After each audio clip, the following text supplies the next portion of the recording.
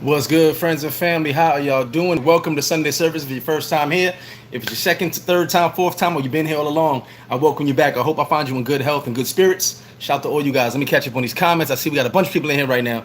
Y'all hit that like button, hit that subscribe button if you're not subscribed. Reggie BX was good. Sean Kirkwood, the top of the morning to you, brother. And today is your birthday. You guys could pro real estate. Happy birthday to him, my boy Kirkwood. For you guys looking for real estate in Puerto Plata and the Sosua area, hit him up. He has a YouTube page. Gary Barnett, good morning. Gerard, what's good? Winnipeg in the building.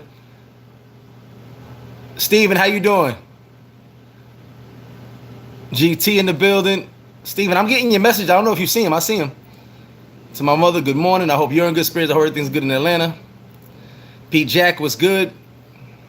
Rich, good morning. We got some things to get into, y'all. I'm going to get into it once I finish. I'm going to catch up on some of these comments, and we're going to get into some things. I got some things to say. I hope you tuned in.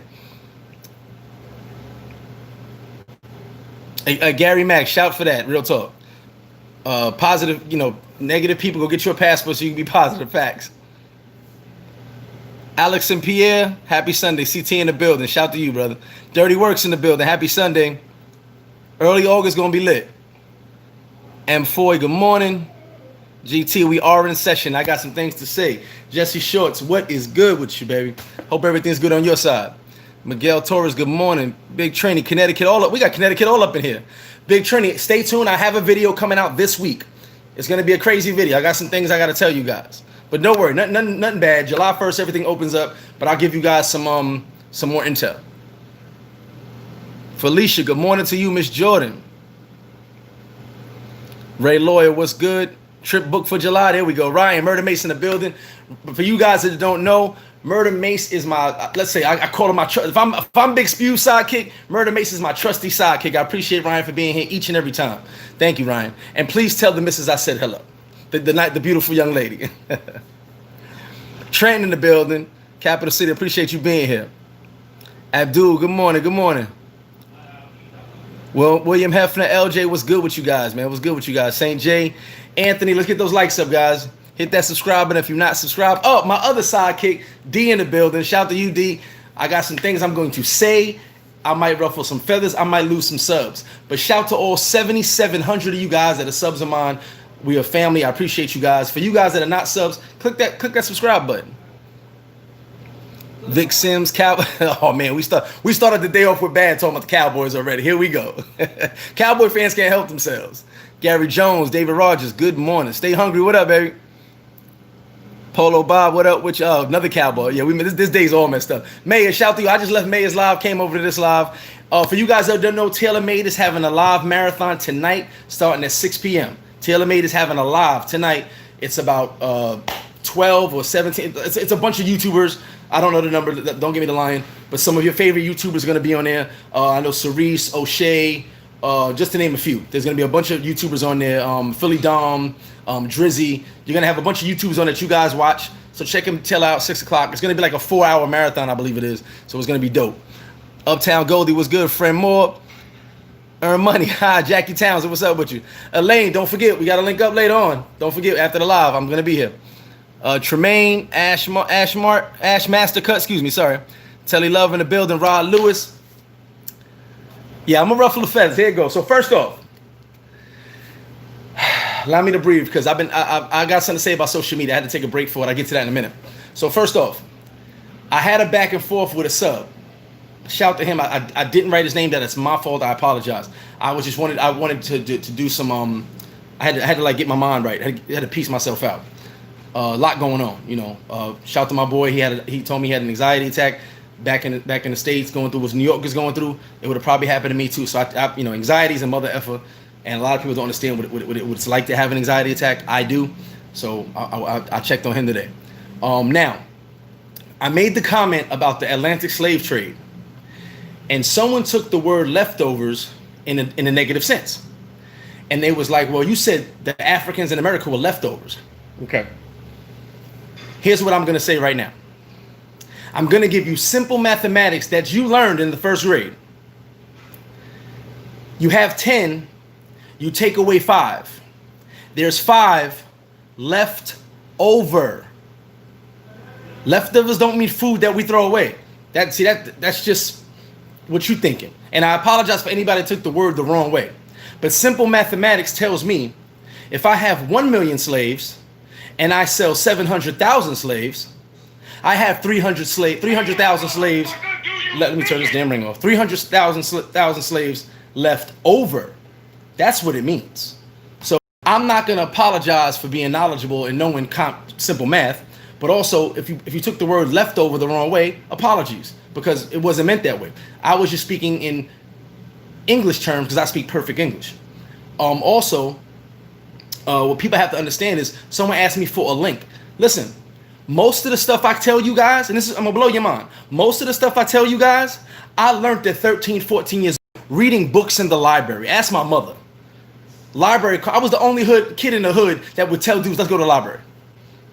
I love the hood, but let's go to the library. Because I found so much in reading books in the library. There was no links. There was no Google. You guys got it easy. Every now and then I Google stuff. Don't get me wrong, because it's fun. It's fun that I ain't got to go searching through the library. You know, I know how to look for books in the library. I bet 80% of this live, and no disrespect to you guys, but I bet 80% of this live does not remember or does not know how to find books in the library. I do. That's all I did all the time. I would spend minimum 2 days in the library just looking up stuff because I enjoyed reading. I enjoyed knowledge because I knew that a lot of the stuff that we were being, and it wasn't no revolutionary stuff back then. It was just, you would hear the elders talk about the past and you would read a book, and the book didn't coincide with what they were talking about. So I wanted to read. Okay. So the leftover comment. Now I'm gonna catch up on these guys right here, but then I got something to say for you guys that were on the Friday Night Lights. I told you guys I wrote something about the Black Lives Matter and the George Floyd situation. I'm gonna spit it to you right now. Then we're going to a whole conversation. So understand, this is gonna be a deep Sunday service. I'm gonna go in. I got some things to get off my chest because I think we are literally at an impasse where white and black are having their differences, and since white don't understand black and black don't understand white, things may be taken and misunderstood. But we can fix that with a little bit of knowledge. Lorenzo, Queens get the money. You already know. Yes, guys, shout to D. Mental health is real. Take care of your physical, take care of your mental. I tell you guys all the time. Contact your peoples. Make sure they are right. Make sure you are right. We're here. If you need to holler, hit the email, hit the Instagram, whatever you need to do. Talk to somebody. I've got a, you can bend my ear, as long as I got the time, because I've been moving and shaking, but talk to somebody. Real talk. Nah, I got a lot going on, so I couldn't shave. David Rogers, shout to you. Sean Patrick. Yeah, listen, but I know a lot of people don't read nowadays. We expect the information given to us. But the problem is, I won't apologize. I didn't go to Harvard. But I could sit and talk history with anybody from Harvard any day of the week. Call me out on it. And I tell you guys, if you feel I'm wrong about something, call me out on it. Google it. And I'll challenge your Google every time. Because a lot of this information I got myself through books that we weren't given in school. So, when I'm talking about something, I told you guys, I am the king of information when it comes to useless information, just information that no one knows. A lot of it's useful, but I mean, sitting down at a barbecue being like, hey, by the way, did you know why Hitler tried to make that deal with Europe? Did you know about that? And the guys are like, what the hell are you talking about? It will pop in my head sometimes, and I just try to, I come up with all these things. So, it happens like that. So sometimes maybe taking the wrong way, but I'm just throwing facts out there, same as I do with sports. I just throw numbers out. So forgive me if the word was taken the wrong way, but let's move on, because I do want to read this stuff to you guys so you guys can get a feeling and a vibe, and maybe talk to your friends, about this. Let me catch up on the comments and I'm gonna get into it. Yes, Jared, Dewey Decimal. I mean, listen, it's just common. You coming in August? That's what's up. What's my opinion regarding Jason Whitlock? Here's the thing. I'm gonna tell you 100%. I missed that because I was off social media. I'll get back to that in about 20 minutes. I have been off social media. I needed a social media break, and I suggest some of you take a social media break. All of this stuff that we're going through, seeing you ever see the thing where the monkey sits there with all the negative images and riot and rape and killing in front of him, and they try to see how he reacts afterwards? That's what I felt like. I felt like that monkey, because all the images on social media are negative, few positive here and there, but most of them are negative. So I had to step back from social media. So I have done literally nothing except talking to my friends, my family, Felix, my peoples, D, Ryan, Chris, speaking of my peoples, on the phone. I've actually been making phone calls where I just wanted to stay off of Facebook, stay off of Instagram, just had to take a step back. I suggest you all do for a day or two. I know it's hard. We're in the age of communication, but pick up a phone, talk to your people. Honestly, social media is the devil, and I was feeling a way. That's why I wrote this, what I'm about to spit to you right now. So I don't know about Jason Whitlock. I will, if you could tell me what happened, or I'll look it up myself. I honestly missed it. I've been watching movies. I haven't watched no Sports Center. I haven't really paid the news any mind. I just needed a break from the flashes of violence and the flashes of racism and police brutality and Karens that are popping up. Oh my God, we got more Karens now than we've had any other person ever. So let me get into this right now, and I'll get back to the comments. Once I'm done with this, you guys can comment, and then we got a whole nother conversation that adds on to this. So this is something I wrote. It's not a poem, okay? It was basically a statement. And now, you guys know I have a good friend named John, the owner of Casa de Campi. You guys will get to know him this week. I'm doing a video of him tomorrow. Me, him, and Red Alert kick it a lot. And John, me and him come from different worlds. And what's wild is, as we talk, some of the things I say, he looks and goes, "You really? That's impossible. That sounds like a movie. It sounds like a story." And I go, "Nah, that was my life. Like, this is stuff I went through." Then when I explain to him, which I will explain to you guys in a minute, of things I went through regarding police, he looked at me like, "That really happens?" And I'm like, "See, this different worlds." So let me get to this right now.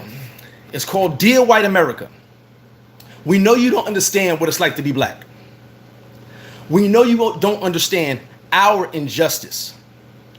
We know you don't understand when we're driving and you see those flashing lights, your heart jumps into your throat. It's very hard to understand. This ain't black versus white. This ain't black versus cops. This is right versus wrong. And nope, I ain't gonna talk about 450 years of slavery. I'm not.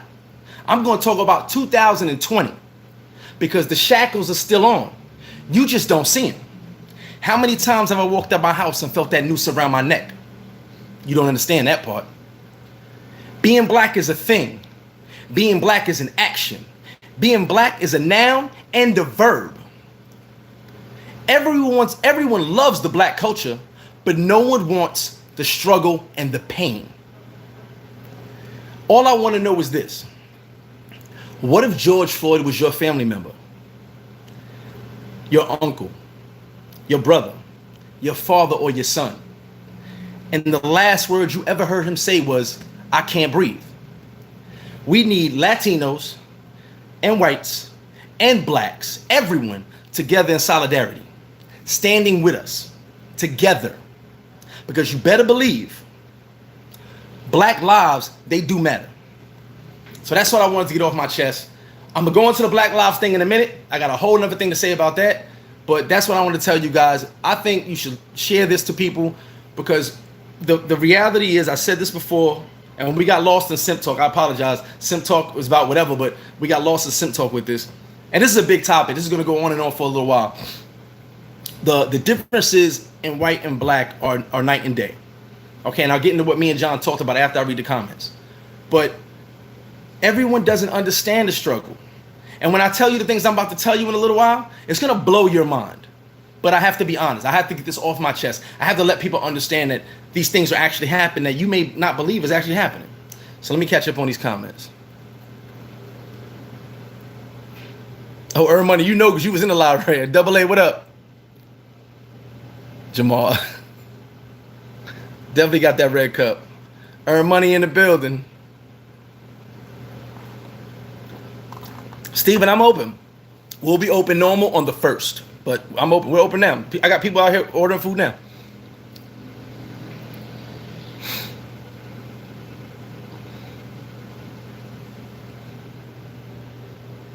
King of Oswa.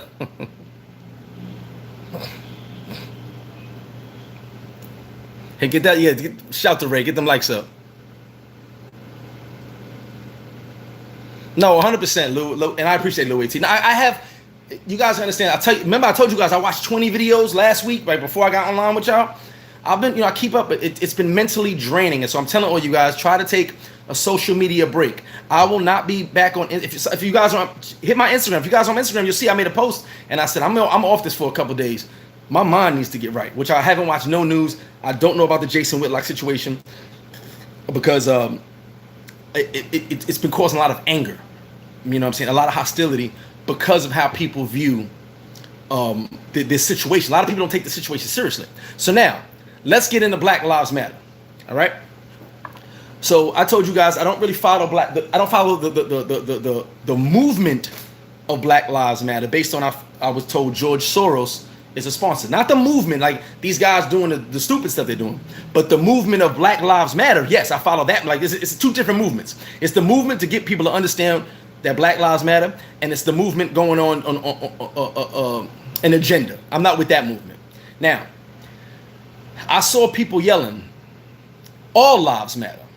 Shout to the people that went out to Merrick, Long Island. When people were protesting, the neighbors in Merrick, Long Island were protesting. The other people got against them and said, y'all shouldn't be out here. We don't care. All lives matter. And then guess what happened? Thousands of people went to Merrick, Long Island. So shout to you guys for that. We show power when it needs to show power. Now, so people were like, all lives matter. Yes, all lives do matter. But I'm gonna give you, son, and I totally stole this because the dude said it. Some of you might have seen it in my group. I think I posted it. The dude said it, and it touched a nerve with me about Black lives and all lives matter. So follow me on this, y'all. Follow me on this. Oh, Black lives matter, right? No, all lives matter. Okay. But Black lives matter because Black lives have a problem. Compare it to this. You're outside and you break your ankle. You break your ankle. You go to the doctor. The doctor checks out your wrist. He checks out your hand. He checks out your neck. And you go, "Doc, my ankle is the problem." He goes, "I know, but all bones matter." So we finish, he's checking out your rib cage, he's checking out your clavicle, and you're like, "But doc, the problem is my ankle is broken." And the doctor says, "I know that's the problem, but all bones matter." So the reality is the problem never gets fixed unless the doctor goes to your ankle, which is the broken part. If he says all bones matter and never checks your ankle out, your ankle never gets fixed. Black lives is the ankle. We're broken. Our situation is broken. So yes, all lives matter, but let's fix the problem. That's what Black Lives Matters means for you guys that don't understand.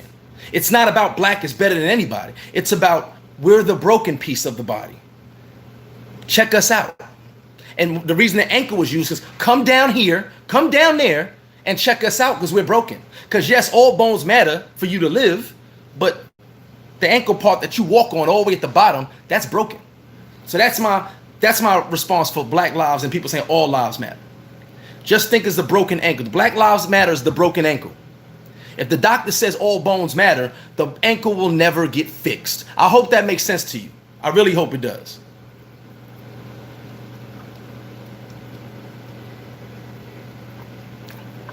They was fighting blacks in Manhattan. You saw this? I didn't see this.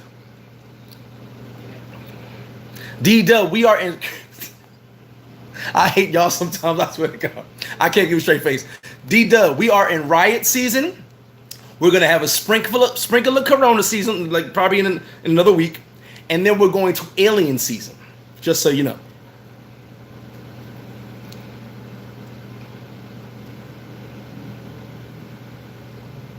Shout out to you guys. Muhammad, Rod Lewis Jr., appreciate you, brother. Nah, it's just, I don't think people understand what we're talking about. Now, I'm going to get into something that me and John spoke. Shout out to John. I don't know if he's watching this live. Me and John have some great conversations. And like I said, we're two separate worlds. So me and John were talking, and I gave him that speech I gave you guys, right? Make sure you guys like, share, subscribe, hit that notification button, please. Just show your boy some love. Share this video so your friends can see at least the beginning of this video. You know, I think it's the first 20 minutes. At least let them watch the first 20 minutes so they see where we're coming from and see how we feel. Now, Mango Lives, man. I'm done with your money. So listen. So I had to get this off my chest. It's something that really bothered me. And then me and John got to talking, and John was telling me what people are going to say in response to that. I said, I don't care what nobody says. I said, because this person that's saying this, I'm a victim of social injustice. All right? I'm a victim of police brutality. I come from a position of I've been through this. Do I view my life as detrimental because of that? No, the person you see in front of you right now, I went through hell and back. I came back twice. I got burned, wiped that off, put some sunburn on, went back, came back again, and I'm here in front of you right now. I will never fall. But the problem is I've been through it. All right? I'm explaining to you the life of the not so average life of the non-norm. Okay? Don't tell me stats. Don't give me stats. I don't want to hear no mother effing stats. If you post stats, I'm kicking you out right now. A black man has a 50-50% chance of living or dying when he has contact with police. It's not stats. This is what goes through our mind. This is what we think about when we get pulled over, when our heart goes in our throat, when we're like, the lights are coming and not even pulling, they pull someone else over and we go, whoo, thank God it wasn't me. When we clench up and tighten when those lights come on. Okay, that's what you don't understand. And I'm sure many of you in this video have gone through it. So when I say the 50% chance, that ain't no stats. That's what we thinking. And here's the problem with that train of thought. I come from the bottom. So I got drug dealers over here, gangbangers over here. But guess what? I got a 90% chance of living because this is my area. These are my people. No matter what they do, we all know each other. We protect each other in reality. No matter how much them TV shows show you we're animals, we protect each other. So with the drug dealers are here and the gangbangers over here, incidents happen. But for the most part, I'm going to live. But in my area, in the area outside, as soon as police come, my heart's racing. I'm legal. I didn't do nothing, but my heart's racing. Now, let me give you numbers. These are the numbers that blew John away. I want to give you these numbers. Because when I told John this, John was like, he looked at me like, that can't be like real, that can't be real numbers. Before I was 15 years old, I was stopped or arrested by police more than 20 times. Before I was 15 years old. So what happens in the neighborhood, in the inner city neighborhoods for the most part, it becomes a norm to get stopped and picked up by police. That's not normal. That is not normal, guys. Before 15 years old, I've been stopped or arrested 20 times before 15. Okay?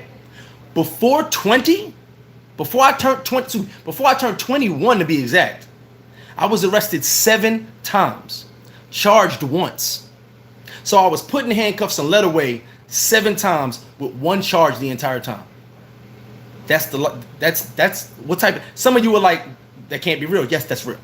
That's the norm where I'm from, but that's not normal. See, what I've grown to realize is that's not normal. At the time, we justify it because it's the neighborhood. Oh, TNT coming. They sweep us up. I told you guys. They sweep us up. Okay. But that's not normal. But this is what's happening in these communities. This is what you're not seeing. This is what's not being videotaped. Now, thank God, videos are everywhere. But this is what's happening. Okay? Here, I'm going to give you a scenario. I'm going to give you a scenario that's going to blow your mind. So in South Jamaica, Queens, Roy Wilkins Park. Roy Wilkins Park is here. There's a corner store across from Roy Wilkins Park.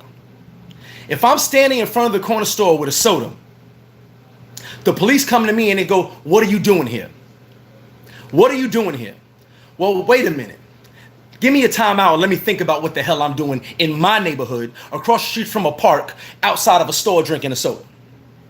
Maybe I went and played ball or hung out with the fellas, got thirsty, went to get a soda. Now I'm standing outside the store I bought the soda from having a drink in my neighborhood.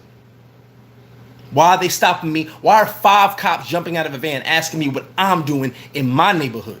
That's the problem. That's what you guys don't understand. This became normal to all of us. We would go, "Oh boy, here they go. Everybody put your hands against the wall." That's not normal. We were programmed for that. It's a system, and the system is broken. So that's what I'm trying to get you guys to understand. And I throw these numbers. This is my personal, I'm telling you. Personally, I've been through this. I didn't watch nobody. Nobody told me this story. This was me and people I grew up with going through this every day. And this was normal to us. But you know what? As I got older, I realized that ain't normal. None of that is normal. And when I go to other neighborhoods and I talk to people and people look at me like I'm crazy when I made those comments, they're like, "That don't happen. That's impossible." No, well, it happened to me every damn day. I came outside every damn day, and I didn't know what was going to happen with the police. I knew what was going to happen with the gangbangers and the drug dealers. You could tell what was going to happen with that, but I didn't know what was going to happen with the police. So understand this from a different, from an aspect of someone who's been through it, who's been a victim of it. You guys have no idea what's really going on. And I'm not talking black or white, because there's black people right now that are like, I've never been through that. Yeah, well, this is what happened in inner city. This is what's happening in the quote unquote the ghetto, the hood, whatever you want to call it. This is what's happening. This is why when you see a black man fight the police sometimes, he done got locked up 6-7 times for no damn reason, and now he's pissed. They just had the 8 or 10 cops on, I know it was Channel 4 and like 2 other channels. And you know what they all said? They have quotas. If they go the whole month with zero arrests, they get in trouble. So they got to go make an arrest. And you know what the guy said? He said, we go to the minority areas because we can lock them up. As long as they get locked up, they don't got to get charged. As long as they're locked up as an arrest, it goes down as 1 arrest for the month, they're good to go. And he goes, you know why we go there? Because a black or Latino is going to take the arrest. He's going to walk away, no matter if he gets charged or not, and he leaves. Okay, he got harassed. He's used to it. But if you lock one of the people in Manhattan and white people up, the mayor's office gets a phone call. That's what we need to start doing. Lawsuits, phone calls, letters, whatever it is. Keep them flooding the offices. Yeah, they probably don't pay us no mind. We know they don't. But if they got a pile like this, somebody's going to notice it. Somebody's going to say something. One of the assistants is going to be like, hey, you got 1,000 letters from people saying that they got harassed in the neighborhood. What's up? We got to start making a move. That's the problem. Let me catch up on these comments, guys. Yeah, social media is a drug, but it's also bad for you. Ronston, Toronto in the building. Corona, Peso Mason said Corona was up 3-0 and lost in the finals. Oh my God. JJ Suarez, I thank God. I appreciate it. I got a fresh outlook on life today.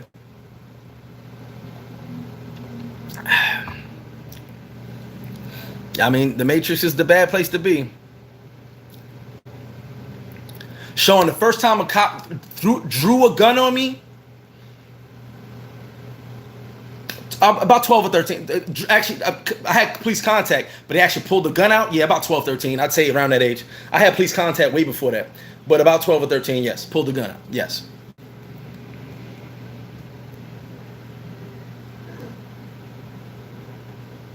Hit that like button, y'all. Taylor in the building. What's up? And that's the problem. Stay hungry. We all gonna have PTSD. I know I got PTSD.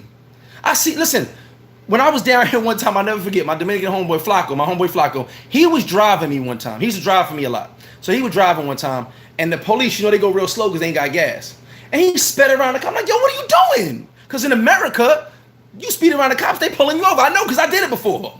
Cop going too slow, excuse me. And they, whoop. Well, dude, you was going mad slow. I got a place to be. He sped around the cop. He goes, man, that's nothing. And that's when if you ever see me, I speed around cops down here because I was like, let me get a little bit of mom back. You know what I'm saying? But you can't do that in the States. Here, you fly around it because the first time he did it, I was shook. I was like, yo, they gonna pull us over? He goes, pull us over, please. Because he's Dominican, he knows. So he's flying. And I'm like, I'm looking in the rear view like, oh my God, they're gonna come get us. But that's the mindset we got. You know what I'm saying? So we do have PTSD. It's factual. Oh, Small Fox, what's good with you, baby?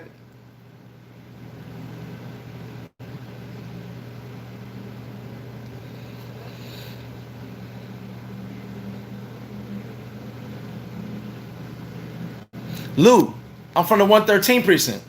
103, 105, 113. You know that's South Side. It is a lot of crime. But it's a lot of crime because there's a lot of cops. Also, you gotta remember something. More cops equals more crime because there's more arrests. Everyone that gets arrested, I just told you guys, I got arrested 7 times, charged once. So that means 7 times I was put in cuffs, and told that you're under arrest. Remember, being detained, when TNT came through, that's being detained and they let us go. There's a big difference being detained and arrested. Getting arrested means you're under arrest for whatever crime, and then you don't get charged, or when you get to the court, they go, charges drop. 1 time. So what does that say? Obviously, there was no reason for them to lock me up other than me being black in my own neighborhood and in my neighborhood. So that being said, why are you asking me what I'm doing here when I'm in my neighborhood? No, what are you doing here? Because if you don't know how to police the people you get paid to police, then maybe you shouldn't be here. there needs to be more training, needs to be more sensitivity. But we all know cops are taught to act, not react. So the problem with that is, case in point, let's say I'm gonna pick some out of Lou. Let's say I'm with you, Lou, and I don't know your size or whatever. But let's say you're a big dude, and now in the neighborhood we know Lou is cool as hell. Lou don't bother nobody. He just a big dude. He a big teddy bear basically. You know what I'm saying? But now we outside at the same corner store getting some soda, some chips, chilling. And now Lou's the biggest dude around us, but Lou's sitting down. So the cops come out and go, yo, what you doing out here? Well, first off, like I said, we're in our neighborhood. So Lou stands up and he goes, yo, what's the problem, officer? But Lou's Lou's huge. Lou's maybe 6'7". Now the cops are scared. Even though Lou wasn't threatening, he's very intimidating at that size. So what happens is the cop acts. Get Lou, calm him down first, even though he's not wilding, but he's the biggest. They focus on him and he's scared of him. So now Lou ends up in handcuffs on the floor with his face on the floor. All because of fear. You can't police in fear, in my opinion. And I know a lot of cops are trained. I can't say all. I've seen some videos. They're trained to act first, but they're also trained to kill. Some are trained to actually kill. It was a dude, I forgot his name. He trained so many cops. Even though he's never killed nobody, he tells the cops, you're a trained killer. He's never killed nobody, but he trains cops to be trained killers, which is weird to me. So, you have to understand that interaction. They act, not react. The first thing they see is when they saw Big Lou step up, they get nervous. I mean, me growing up where I grew, I'm the polar opposite. The big dudes are the softest dudes. We know that in our neighborhood. Most of the big dudes are soft. Most of them. There's a lot of big dudes that are about that, but most of the big dudes are soft. So then when the big dudes stop, man, you get your big ass up out of here. You know what I'm saying? That's me. Because I know big dudes are soft. It's the little dude the little 5'3" dude you gotta look out for. He wanna fight, But they don't know that because they didn't grow up in our atmosphere. They don't know how we conduct with each other.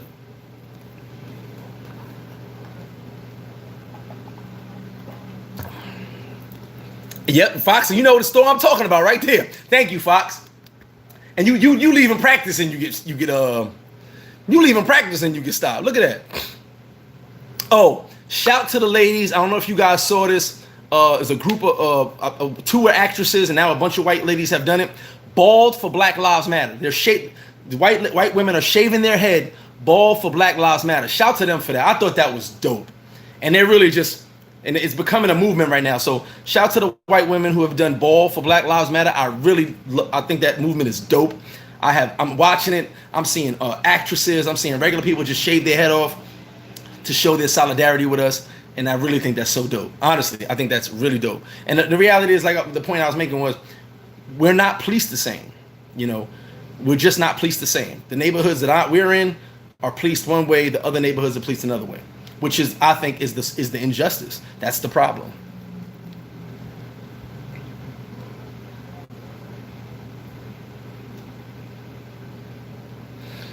Stefan, what's good? Would you appreciate that $5 super chat, brother?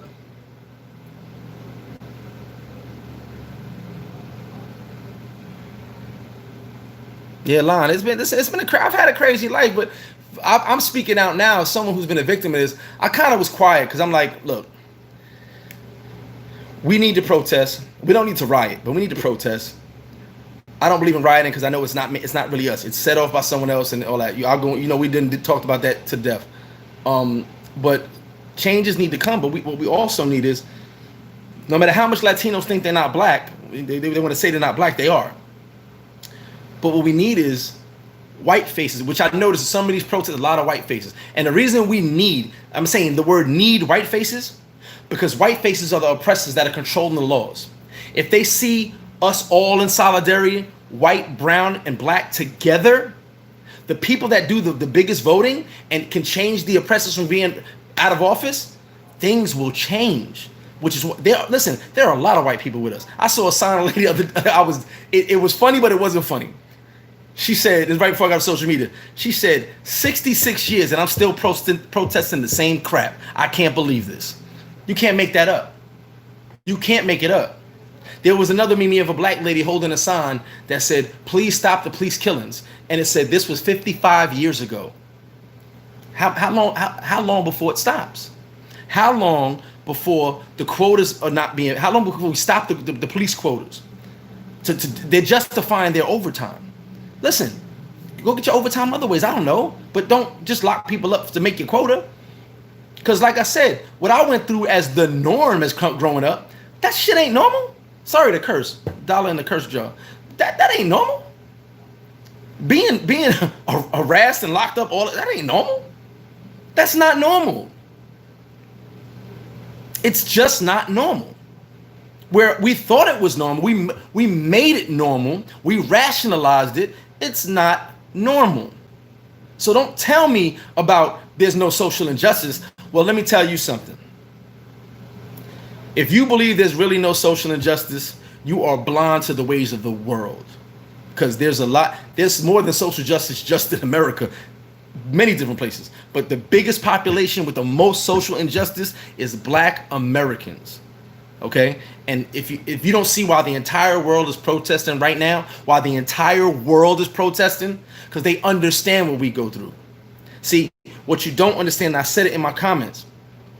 Everybody loves the Black culture. Everybody loves Black, but no one wants to be Black. No one wants to struggle in the pain of Blackness. They love the music and the pain and the struggle in the music, but they don't want to live it because it's not easy to live.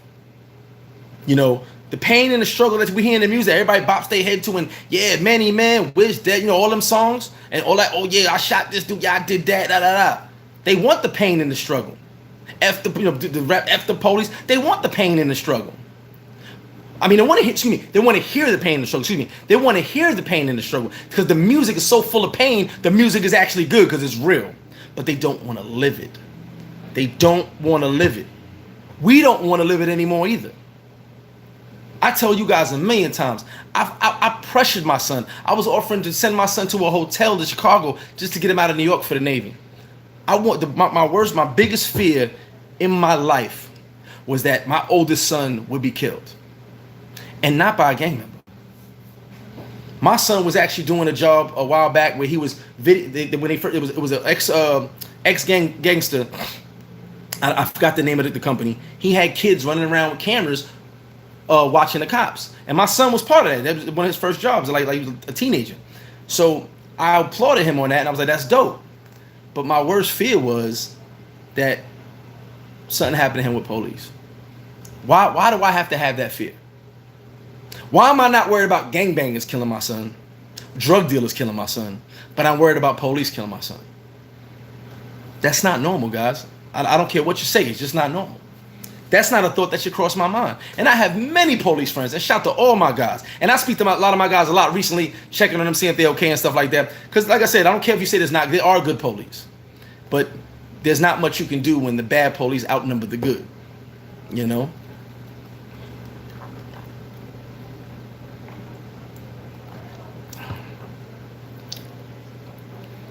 Nine or five, I agree. Need to be from the area.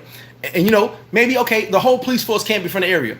So the partners, it's one from the area, one that's not from the area. So the one not from the area learns to police the area because the one from the area, he knows, oh, don't bother him. He's not doing nothing. That's Pookie. He ain't bothering nobody. He might go steal some copper pipes out of the abandoned house. If we see him, we see him. If we don't worry about him. He's not a threat. He won't bother nobody. Oh, that's John over there. Listen. John, he likes to fight, but he sees us, he gonna respect us. We ain't gotta bother him, you know, because the dude who knows the neighborhood, he knows who's who. He knows what's what. He knows body language. He knows how people act. But the dude who's not from the neighborhood, he don't know that.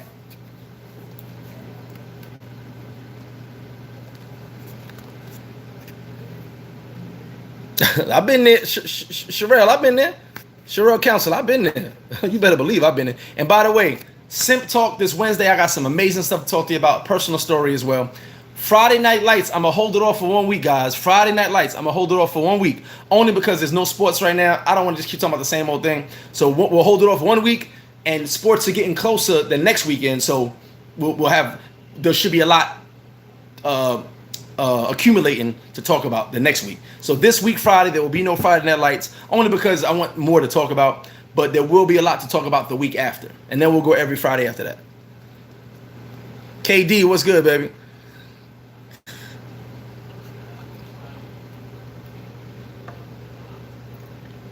One thing I will say, Peso Meso, as I had to talk with John, I realized it's more of the inner city police that have to deal with The nonsense. Excuse me. They have to that deal with the nonsense. Also, are arresting us for no reason.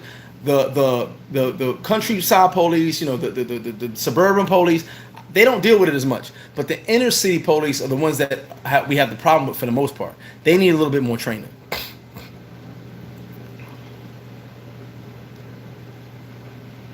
Wisconsin, fly 'em high. That's my homie. Wisconsin in the building. Keep that stuff on deck, man, because you never know what's about to happen nowadays. Daniel, that's the point. They have a quota. If you could Google this. There's a video with, I think it was NBC, the first interview. It was like eight or 10 cops. It was like one white and the rest were all black, sergeants, all that stuff, all levels. And they were talking about their quota. Because there was one cop that said, I didn't make many arrests because if it was nothing serious, and if it wasn't a felony, there's no reason to arrest you. If it was something stupid and you stole some gum from the store, all right, man, look, don't come back to the store, don't steal no more gum. Come on. Because you didn't really break no real laws to sit down and write paperwork about. There's other criminals out there. And they were saying, but when you get down to the end of the month and you have 0 arrests for the whole month, you get written up for that. How you gonna get written up for not making an arrest? Maybe you didn't see no crimes. You know what I'm saying? It is possible you didn't see no crimes. It is definitely possible you did not see crimes. It's definitely possible like a lot of you right now watching this video have never seen an actual crime. It happens. We're not surrounded by crime. Even in my neighborhood, we weren't surrounded. Yeah, crime was going on. We weren't. Oh my God, crime! Oh my God, crime! That's not how it is in the hood. So it may be very well possible you haven't seen a crime for 30 days of something that you could arrest someone for. Maybe a traffic stop. Maybe jaywalking. But who arrests for jaywalking nowadays? But they said when they came into the minority neighborhoods to meet the quota. Anita Smith, you late, but it's good to have you. Oh, we know about that. The quota, fly 'em high. The quota for writing tickets. That's been going on forever. It's the arrest quota that makes no sense to me. How far am I back in these comments? Okay, I'm right here. It's backpack vibe. It's definitely the judicial system as well, but it starts with the police because they bring us to the judicial system. If we can fix the police situation of being arrested for no reason, being harassed, then we could forward to the judicial system. It's definitely the judicial system, 100%.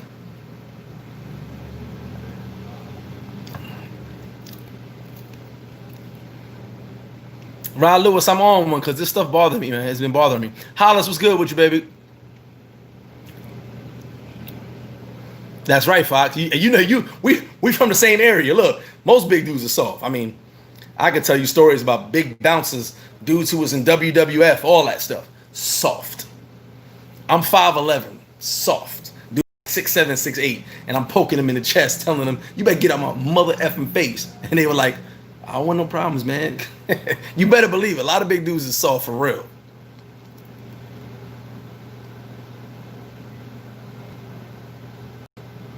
South Bronx, so Tar Heel youngster. What about boy? Yeah, boycotts would mean a lot. But the problem is we can't all get on the same page with boycotts. Boycotts would mean a lot. I believe boycotts would do a lot. If we start boycotting businesses, people will start hurting it real because we spend the most amount of money. Can Love in Punta Cana. What's good with you? Yeah, right. Living. This is what we're gonna start the move to DR movement. Moving the Dominican Republic movement. If you want to say like TLMA says, escape the matrix movement. However you want to say it. I think when this all is said and done in the next couple months, there will be droves of people leaving America. I believe so. I think now people are like, okay, this is BS. I'm done with this. If I can work from home, I'm working in another country. You know what I'm saying? If I could retire early at a small amount and get the hell out, I'm out. Facts, Pete Jack. A lot of the cops did it. I mean, that bully complex, they did. Now, I will say this. So there was a video. I don't know if you saw the video with the dreads. He had the dreads. His wife's videotaping. He's at the back of the car, and he's telling the cop, what are you arresting me for? And the cop goes, I'm detaining you. So they asked me, they're like, Greg, what would you do? I said, first off, I put my hands behind my back and let him put the cuffs on. And as I said that, I go, do you see how he pulled the gun and pointed at his chest? Now, I realized later, my friend said, no, that's a taser. I said, oh, well, even worse. Because now you tased me, and if I fall and you can't see my hands, and you still can't get my hands cuffed, you may shoot me. At least with the gun, I can go, okay, officer, stop. But you're doing all this, you know what the officer's going to say? I couldn't see his hands. So I shoot him. Put your hands behind your back. Ask for a sergeant or a captain. Let him get his attitude. Do what he gonna do. If you're clean to go, what did I do? Okay, take the cuffs off. That's it. That happens so many times, guys. It's the problem is you went from a speeding ticket to a 1 to 3 because you wanted to fight a police officer, and you're never gonna win. You have no wins fighting a cop, none, because they're gonna write all types of stuff down, and the judge is gonna read that and look at you and look down and look at you and be like, okay, this is the person that, okay, this is you, and they're gonna believe the police over you every time.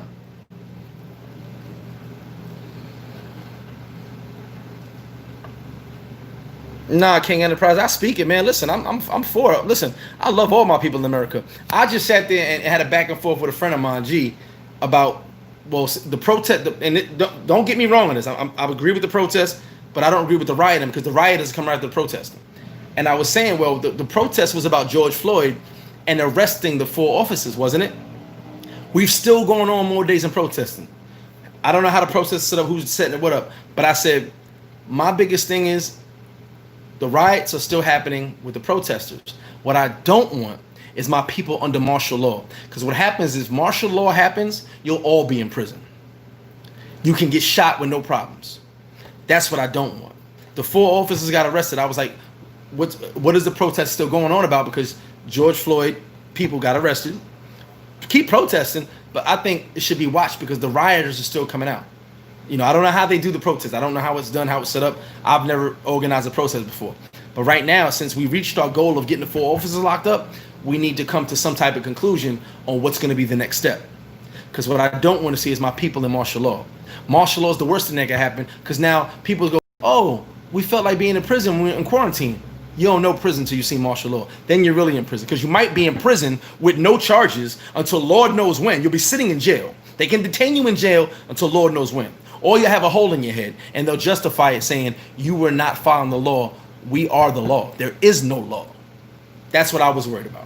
So, you know, we'll see how things go forward. But I gotta speak the truth. I'm with my people all day. And when I say my people, I mean everybody. I'm with my people because I've been there. I'm with everybody. I want everybody to understand that this is deeper than what we're just talking. This is deeper than just talk. This is deeper than a conversation. We can talk about this for the next 17 hours and we still won't touch all the bases on it. It's too deep. It's too much going on.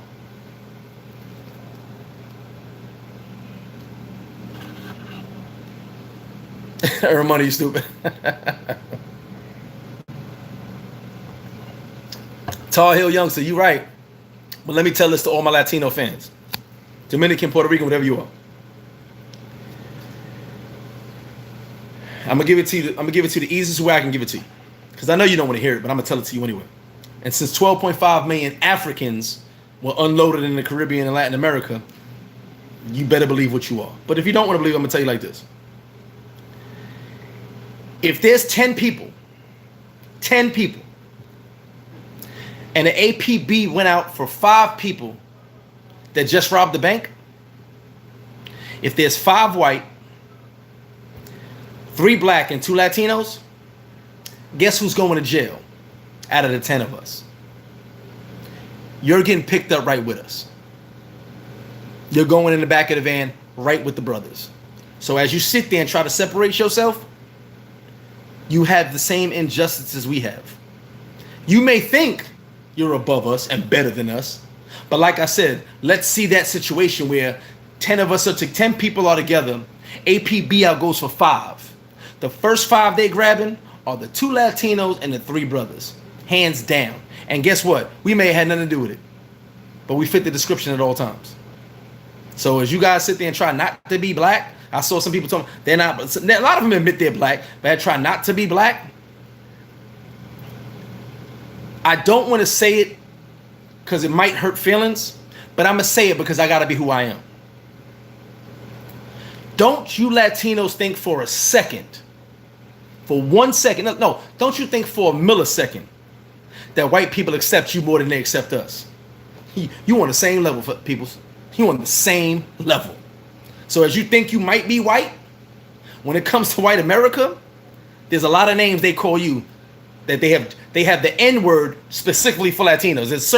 I ain't gonna say the word, the S word, specifically for you guys. So why do you think you're better? Why do you think you're different? I know you don't want to hit it, but it is what it is. You're just not as accepted as we are. So you better stand with us, because while you're trying to separate yourselves, you're actually the biggest minority. You know, the reality is that the Latin community is not as strong as there's nobody as strong as the black community. But if you want to separate yourselves, let's say all blacks disappear tomorrow. Guess who guess who will be receiving all what we received? The Latino community. You ain't gotta believe me. Don't be black, but you won't be white. You better believe that.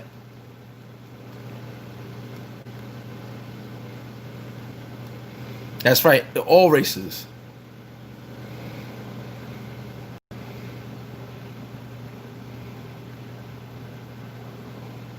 Oh, Fox, that PTSD, man, it's gonna hit you in the head. We can't be. Listen, it's not, none of the stuff we go through is normal. Fat, thank you, D. But it is normal, but it shouldn't be. Thank you. You're right.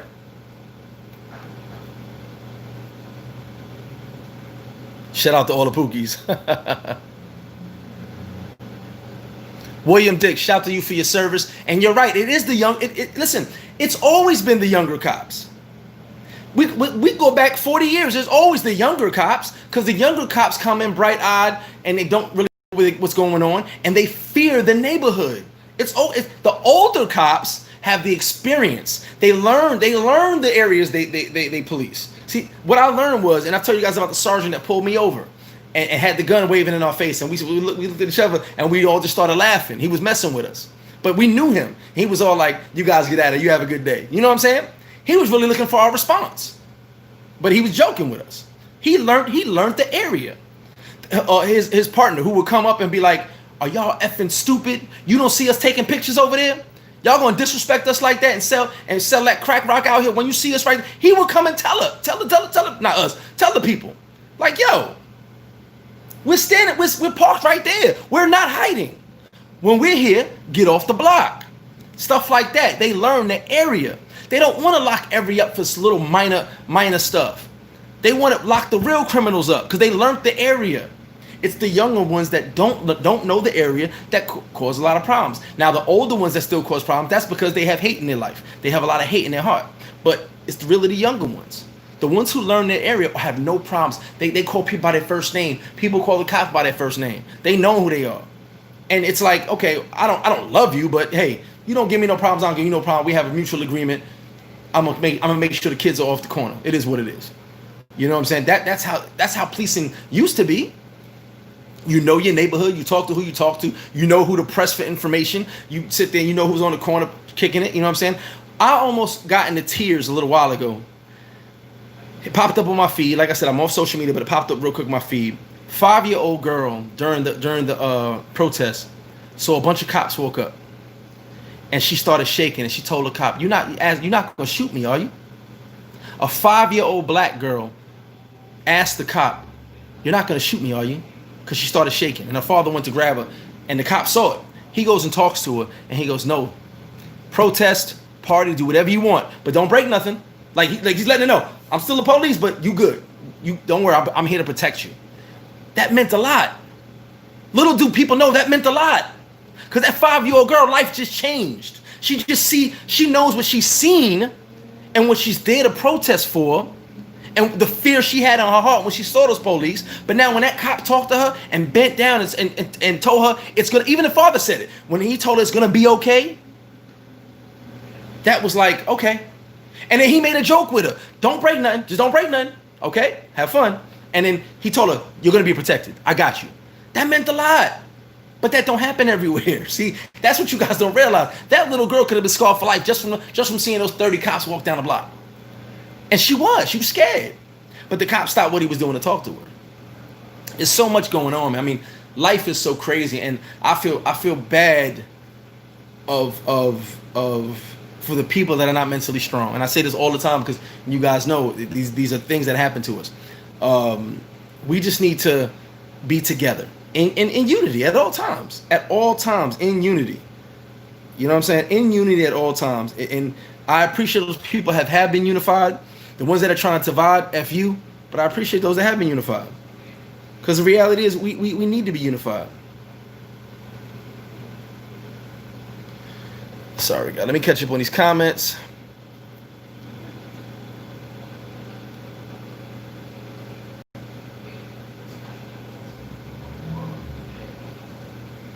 It is a culture in the police, but it has to be fixed. That's what we're talking about, Gold member. I didn't watch UFC. I was flipping the channels. I saw it on. I didn't watch it. But McGregor did retire. I think that might be a setup. Fox, you 100%. We got to be lawyers. We got to be doctors. We should be cops. You know what I'm saying? I think more black people. Shout to my homies that from the hood that are cops. I hit to speak to them every now and then, make sure they okay. You know what I'm saying? And see, speaking of the people that are cops from the neighborhood, they police different. They talk to people different. They approach you different. And you know what happens when you approach somebody differently? You get a different response. But when you approach somebody from an authoritative overseer, I call it the overseer, officer overseer position. Shout out to Ice Cube for that. You get a different response because I'm no longer picking cotton, sir. I'm not picking cotton. Like I said, the chains are still there, the shackles are still there. You just don't see them. But guess what? I'm not picking cotton no more, sir. So that's not how you should approach me. The worst part is when you see people with great jobs, congressmen and lawyers being pulled over and harassed by police. It's like, really? Not knowing who you're dealing with. If you guys saw they said FBI agent, I don't know if he was. I know he was somebody because they were very embarrassed when they saw his ID. We need to be those people. Big Rob, phone fraud all the time, baby. Oh, you know the hood, you know the block. You already know the block, right there, baby, right on Merritt. Phone fraud all the time. Get you a two or three piece. You already know. Appreciate it, Edgar Diaz. Appreciate it. Eric DaCosta, yes. Listen, there are, like you said, the white neighborhoods. There are those neighborhoods where it's predominantly white, but it's still poor. And you know what they do? They go in there and grab people because those guys are not going to complain like the rich neighborhood. That's just what it is. It's levels to this. We get so used to it that we go, yeah, I got locked up. I got the next day. Okay, I sat in the bookings. Okay, that ain't normal, y'all. I'm telling you, with someone who's been through it, that ain't normal. It's not. I never forget. When I started my personal training company, I was all over the place, going to all these industry parties, getting all these big time clients. My company was doing very well, but I wanted to go into, since I was dealing with music years ago, I had people in the industry, so I wanted to go get with these people, actresses, R&B people, actors. I actually met two actors. One actor, I tried to get him into bodybuilding. This dude had like the perfect body, and he couldn't get a role for nothing, which I didn't understand. I said, yo, come work out with me. I'll bulk you up a little bit. Might be able to put you in competitions and maybe get you a movie role. You know what I'm saying? But I'm in all these situations. Now, I didn't drink at the period of time. So one of the parties, I decided to have some drinks. I had been up for 3 straight days, promote my company. I go to this industry party. I meet all these people. It made me a decent amount of money after the fact. But I go to my car. I'm tired. I'm not drunk. I'm tired. I sit in my car. I didn't realize I turned the car on. I was about to pull off, I guess. I dozed off. I'm parked now. I'm parked. But the car's running. They're banging on the window, but I'm asleep. I'm passed out. 3 days up, a couple drinks in me. I'm done. I'm sleeping. So I finally wake up. I get out the car. And these two cops, they're chilling. It's like 4 police vans for little old me who's sleeping. I'm parked sleeping. I'm not in the middle of the street. Parked sleeping. So 4 police vans. First police van, I guess they called me. The dude said that they were trying to wake me up for like 20 minutes. I go, oh, I'm sorry. Yeah, I was tired. I dozed off. But I haven't been drinking. You give me a breathalyzer, no big deal. I cooperate. I don't want no problems. And I'm really big at that point. I'm like I think I was 250 at that point. So the young cop goes, I wish you'd have woke up, bro. Like, I didn't even want to do this. But my captain's saying, just take you in for the numbers, send you through. I was like, for real? Like, bro, I didn't do nothing. What am I being arrested for? suspicious of drunk. I said, give me a breathalyzer. I had like 2 drinks and I'm not a drinker. I was just sitting here, fell asleep. He's like, yeah, I gotta take you in, bro. I'm like, all right, and he told me, he goes, I didn't want to take you in. Had you woke up, you'd have been on your way, but he's telling me to take you in. I said, but I'm parked also too. He goes, yeah, but the car's running. I said, you know what? Let's go. Took me in, put me through the system. I passed the sobriety test. They let me out in the morning. But this is what happens. Now this is a situation where I'm in Manhattan, and this happened. Because I was so big, I guess they called a bunch of people over. But I'm like, I'm not fighting no police. I told you guys, I don't run because I don't want to get sweaty. I don't fight because I don't want to get dirty. I'm not doing that.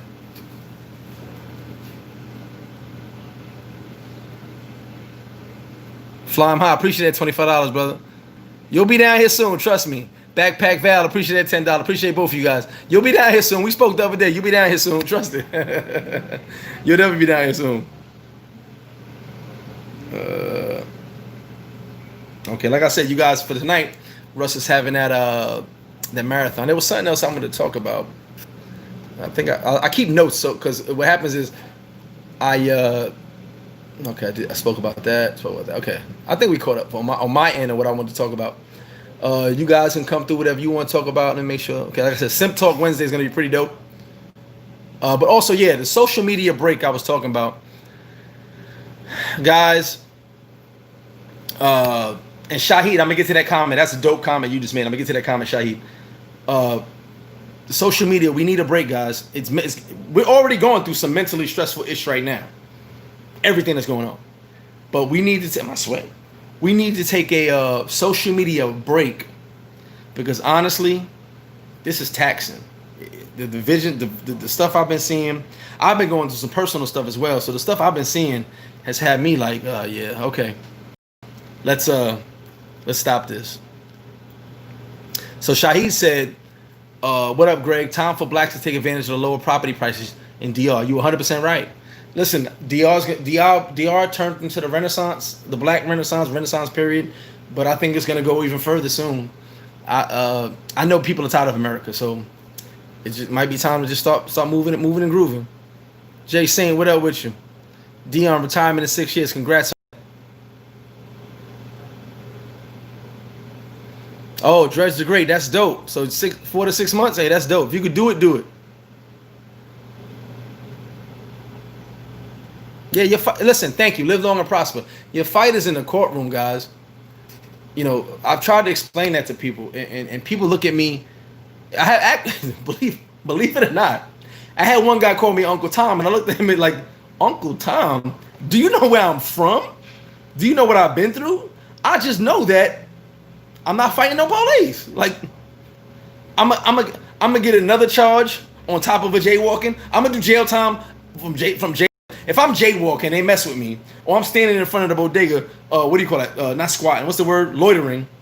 If I'm loitering, I'm gonna do jail time because I wanted to fight the police. I'm gonna turn a loitering charge into a 1 to 3. Excuse me. I'm gonna turn a loitering into a 1 to 3. Really? All because I just was like, I couldn't put my thing. I'm gonna get a big charge from loitering for jaywalking? Get out of here. You miss me with that. I tell people there's three things, and I know some guys have been mad at me, but I'm sorry, I felt this way, and I always speak my mind. There's 3 things that I feel are the stupidest things in the world to be in jail for. Jaywalking, because usually you get locked up on like the 4th, 5th time you jaywalk. That means you obviously know you're doing it. You're just doing it to be a nut.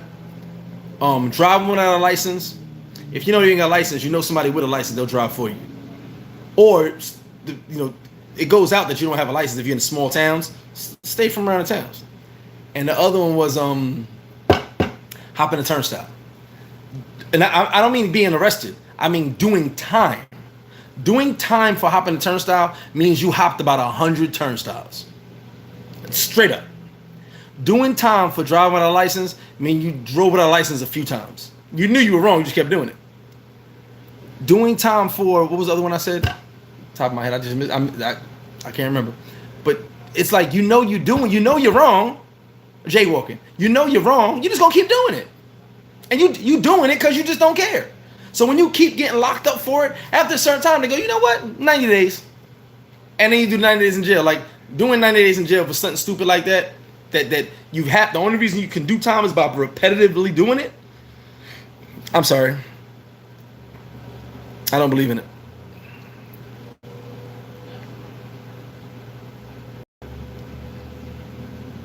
That's the problem. I don't want my peoples under martial law. That's gonna be bad. Like that ain't gonna turn out good. Let me catch up on all these comments. Mattress time in the A.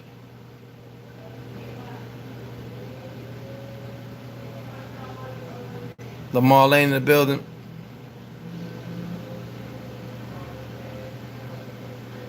Ray Penn, that's not factual. What is a hood guy? I'm a hood guy. I'm in DR. I actually bring people together. I'm the most hood guy you ever gonna meet in your life. I'm in DR, and I don't know many hood guys down here. Tell you the truth. Believe it or not, most hood guys are never gonna move. We're talking about the people who can move, who can travel. So when you say that comment, that doesn't make any sense to me. People from the hood do not travel well or move, change their life well. I'm talking about people who want to move, older people who are retiring. That comment right there is kind of ignorant in my opinion. Sosua looking like Brownsville. Have you ever been to Brownsville, Brooklyn? Have you ever walked the streets of Brownsville to tell me what Brownsville looks like? I'm pretty sure you haven't to make that comment. I'm from the hood. So you're talking about me because I'm from the bottom. But guess what? I'll be the first person you come hang out with and be like, hey, Grace, show me around. And I'm from the bottom. But you'll try to be my best friend as you make that comment. So I take offense to that comment because I am the hood. I am from the hood. I'm the person that 9 times out of 10, if you saw me on the train, if you saw me on the corner, you would be afraid of me 9 times out of 10. So I'm that person you're talking about. So to me, that comment was very ignorant. Let's move on.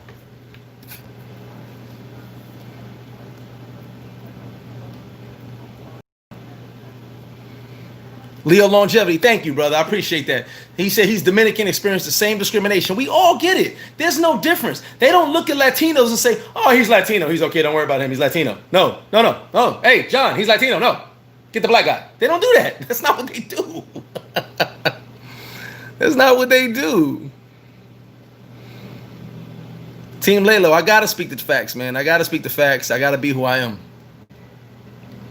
Yes, and Abdul, am I wrong? Was one of the cops Latino? Someone said black, but I don't think black. One of the cops was Latino. That's kind of weird too.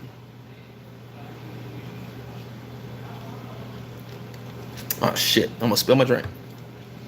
So D said, and this is D's a mental health aide.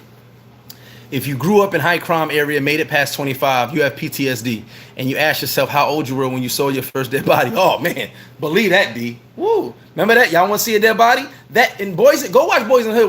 When them little kids 9 to 10 years old, he goes, "Y'all want to see a dead body?" That's real life.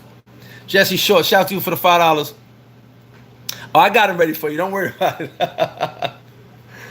I appreciate it, Jesse. Definitely appreciate it. Come through. We got it going on. Yes, Earn Money. The movie Colors, young cop, old cop, and he taught the young cop how to do it. He taught him how to do it. Roy Nell, appreciate it. Miguel Torres, I'm preaching. I mean, I don't always like to be in preachy mode, but sometimes you gotta speak it. Kay in the house, what's good with you, Kay? Jamaica Queens, Noble, what's good? Johnny Flocka, what's up? Be safe out there, Johnny. Be safe out there, bro. Even though you're a Cowboys fan, I want you to be safe.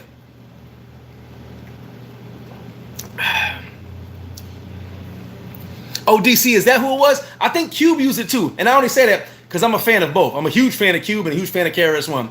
I know he said officer overseer. I thought Cube said it too. Thank you, DC, for correcting me. Sorry about that. I was wrong. Thank you. Tiger Woods was listed as black. He is black. 11th the year. I know you burned that midnight oil, bro. But hey, we appreciate you. Definitely appreciate you, Johnny Flacco. Fox, you already know where I'm at. You got my information. You hit me up, brother. It's listen, for all my people, all of you guys. I love all of you guys. But my people from South Jamaica, Queens, and like me, Fox is from my neighborhood. We different times. We grew up in the same neighborhood. Me and Fox know a lot of the same people. Definitely come holler at me, bro. Definitely come holler at me.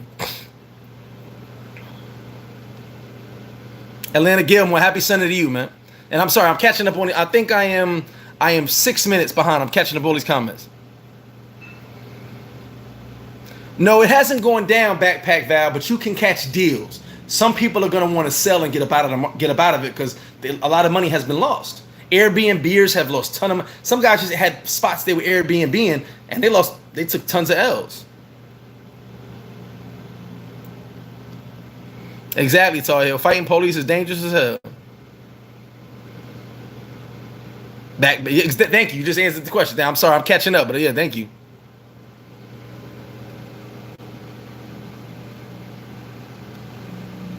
See, but Jonathan, with that, Jonathan Lucas, he said technically you don't need license or tags if you know the laws. 1,000% right. But then the reason I detain you because I had to find this information out. There was an Indian guy in a Lamborghini in Las Vegas, riding around in a Lamborghini, no plates, no nothing. So they kept stopping him, and he had a thick folder, this thick. He said, "Officer, you could take this. This is everything. What I do is I travel to different countries, and I drive my car in different countries. It's my car. I drive it in different countries. Right now, I'm in America. I'm a businessman. I travel." He goes, "Here." So the cop is trying to talk to him. The cop is like, "Yo, you need tags." He goes, "No, I don't. Take this." And the paper is a thick folder like this. He goes, "Look at that. Just look at it. Let me show you what you need to see. I have international what is the word? International approval to drive around the world. I ship my car to every country I go to, and I get in my car and I drive. Here, look at it. I'm showing you." The cop couldn't find nothing. He couldn't find nothing on nothing. But the dude was right. And the dude was trying to explain to him, "Mr. Officer, look at this paper. It's going to show you. Give the numbers to your people, and they're going to tell you." And he's like, "Nah, you got to have this. You got to have that." He said, "I have all that, but it's international. It's respected all around the world." That's how I wouldn't get my car off the ship if it wasn't legit. So you can do that, but a lot of people don't know that. And then also, there's the reason. Remember, there's always a reason I detained you because of this, and they'll validate it every time. So you're right about that.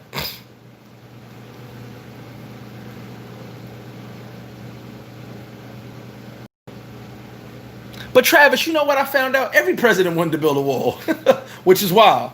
And I didn't hear it, but Trump just stressed it. Exactly, we adapt.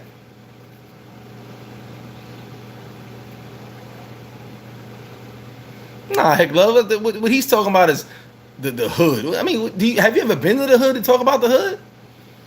This is the people that I'm talking about. That have their view of the hood from The Wire, from Boys in the Hood, from Juice. Juice is probably more. Juice and Boys in the Hood are probably the most realistic movies ever. But Wire was very realistic for the area. Wire is very realistic if you know Baltimore. But I mean, that's where they get their information from. They don't actually come to the neighborhood and see anything because they don't know what is going on. We protect our own. If you're an outsider, you will feel the type of way because nobody knows you. Who are you? Why are you here? We always look at that. You're probably a cop. That's just what that's how we view things.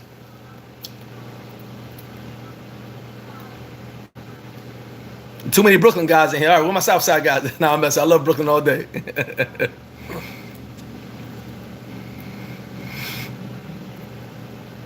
Thank you, Danny. So you saw that story? Yeah, it was an Indian guy, but he had a folder this thick, and he goes, "Mr. Officer, no, I'm an international businessman. Blah blah blah. I bring my Lamborghini everywhere with me."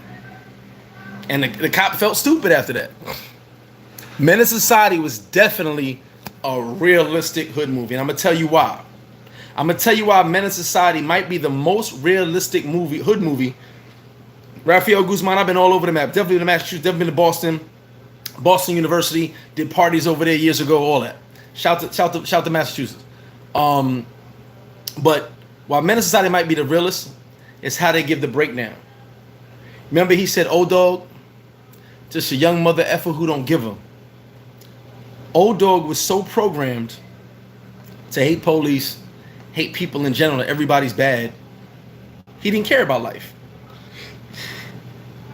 There's a lot of old dogs going around forever. And it's not that they're bad people. It's that they got PTSD from an early age. Imagine having PTSD at 10 years old. because you saw your father get killed or your uncle get killed. You saw your mother on drugs. Imagine that. That messes with you mentally.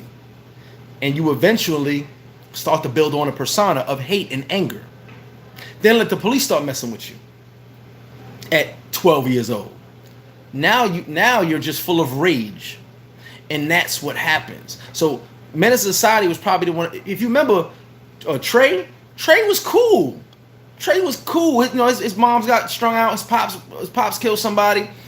Trey was cool. Trey had his grandparents. He was cool. He was about that life, but he was cool. He was kind of just laid back. Old Dog was the wild one. Trey got along with everybody. Old Dog was the wild one. You know what I'm saying? Trey was with his cousin Harold. Harold was an OG, you know, getting money. They killed Harold. But he said, we all right. We got to do this. It's a program thing we have in our neighborhoods. And it's so sad because I know a lot of you don't understand as I'm speaking this right now, but I lived it. The person you see before you right now got out of that. I left that. I changed my entire life. I moved on. It wasn't easy. I could have been a statistic like everybody else. But I moved on from it. But I'm telling you, I was a victim. I'm not giving you no BS. Police contact 20 times before I'm 15 years old? Can you find someone that can tell you that? Most of those guys are in prison right now. Most of the guys that had the police contact I had are in prison. Most of the guys that got locked up 7 times before they were 21 are in prison doing numbers. I've been through it. And I'm telling you as someone who's been through it, what's going on in the areas in the neighborhood. That's all. And it's more than what you know. It's more than what you think. You just saw Fox from my neighborhood. Fox just said it. He came from the same park and the same corner store I'm telling you about. Fox said it. He got harassed after football. He's at football practice in the park, goes to the store and gets harassed at the same exact store I just told you about. I don't need no cosigns, but this man just co-signed exactly the exact words I just told you because he went through the same exact thing in the same exact neighborhood. It's happening. It goes on. Maybe you all, and I know every black person don't see this because every black person don't live where we live. Every black person ain't in those minority neighborhoods. Trust me, I know that. But this is happening on a daily basis. It becomes the norm. We are programmed to make it normal. Okay? And it's not normal. Matter of fact, to bring up Fox again, we both went to PS 123 on Foch. Foch and 143. PS 123. There's a giant Scully board on the street going towards PS 123. We played out there all the time. Now, Fox is a little bit younger than me. When I played, there was crack vials on the street. We had to kick the crack vials over to the curb. Right? But while we playing, here's the wild part. Everybody knew that the kids played in that Scully board on that corner, on that block. So nobody drove to that block because it was go that way, go that, and there's 2 other blocks you can go. Don't go down this block because the kids are always out there. We were out there deep, just a bunch of kids playing Scully. Right? When cops came through, they drove right through the game. We're all children. Nobody's over 15 years old. I'm like I'm like 8. Nobody's over 15 years old. But they drove through the game just to prove a point when they didn't have to do that. So that's what we go through in the neighborhood. You understand what I'm saying? We out there having a good time, being kids. The big Scully board on what's the name? The big Scully board by PS 123, and we had that was our fun. Here you go driving through the game, move us all the way. James Van, you late but you here. No, Boys in the Hood was realistic as well. It was realistic as well. 100% Boys in the Hood was realistic. I'm just saying when it comes to Black America, I think Menace Society broke it down. Like Boys in the Hood was we in the hood. Menace Society broke down the mindset of what I just told you, or the 50-50. It broke down the mindset of the black man. It broke down what we go through every day. You know what I'm saying? It just broke. It had a different dimension of things you don't see. I said Kane. I said Trey. Trey was boy. Thank you, J. Mitch. I get it. See, I got a lot going on up here sometimes. A lot going on.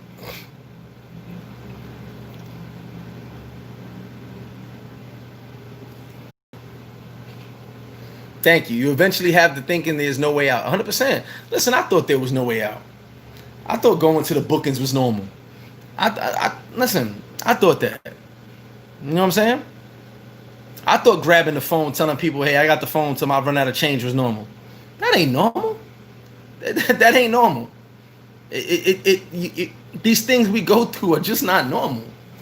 You know, as I'm older now, I'll be 40 this year, and as I see the stuff that went on with George Floyd and all the other people that have been killed and injustices and the police brutality and the court systems, I go, man, if people really only knew, if people really only knew, I feel bad. I feel bad for the people that didn't make it out my neighborhood.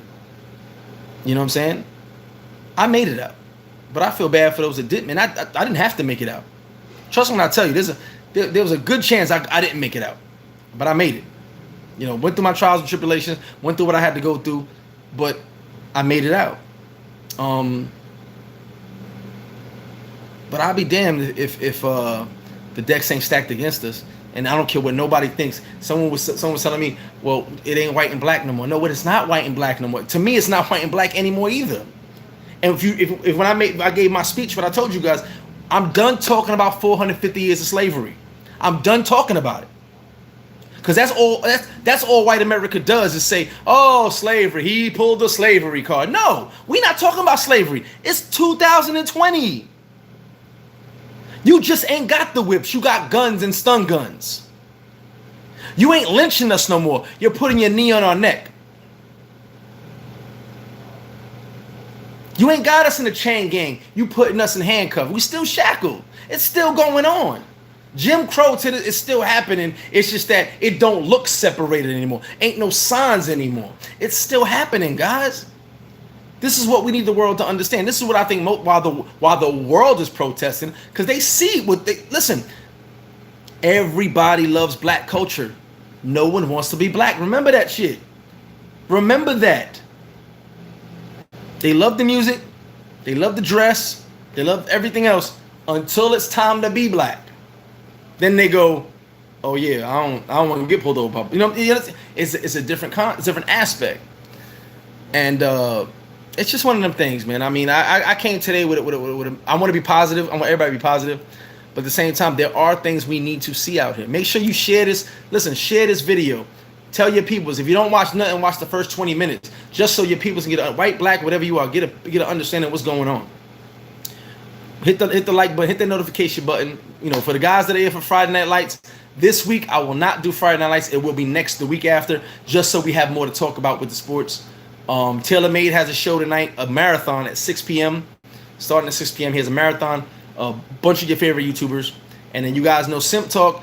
I have a bunch of stuff already for Simp Talk. I'm going to go into some personal stuff that went on with me, as well as some stories, and it's going to be deep.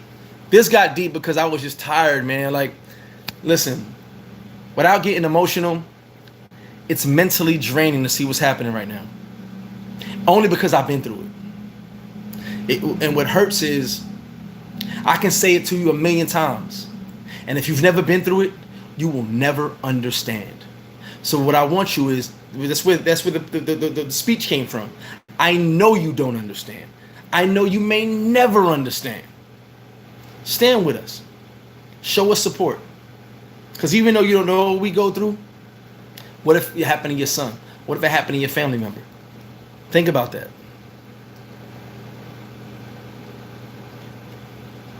Oh, Fox, you older? Nah, you can't be older than me. I'm old. I'm older. I'm like a year older than Ian. We'll talk about that. I didn't know you. I thought you were a year younger than me. I'm sorry.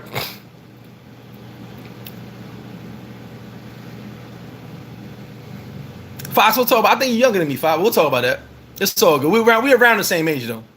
Selena for life. How you doing, love?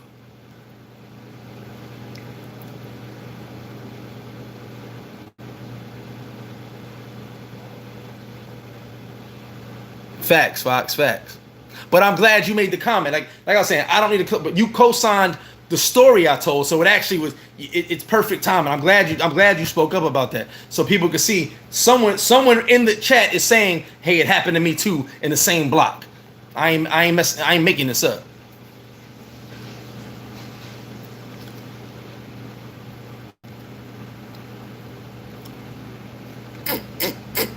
Yeah, that's right, D. I agree with D. Boys in the Hood took a more psychological level, yeah. Excuse me.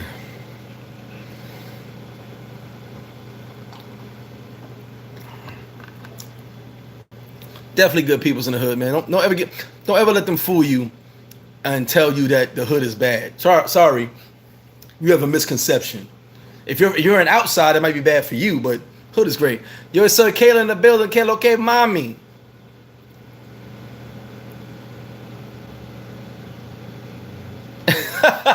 Backpack Val. I have been accused of having gold wings, but I don't know where the recipes at. I ain't make them, but we got some of the best wings. Better believe it. Yeah, our money.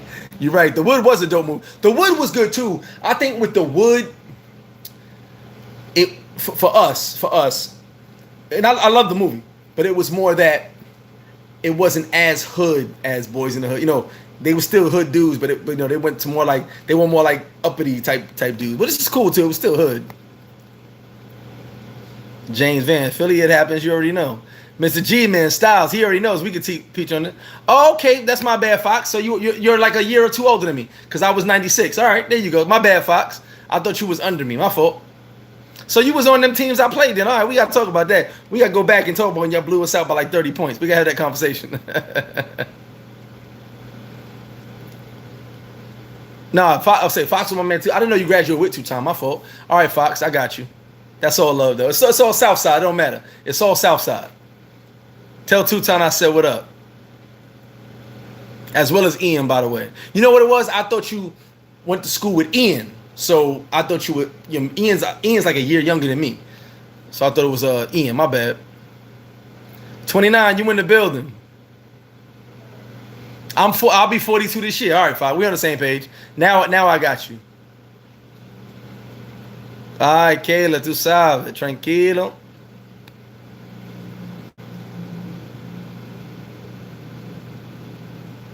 The Inkwell was cool and it was real.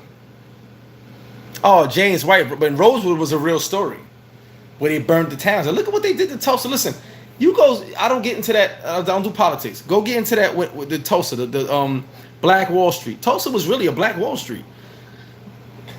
But go watch the real story of Tulsa. Bo Rakes, they're waiting for you in your pockets.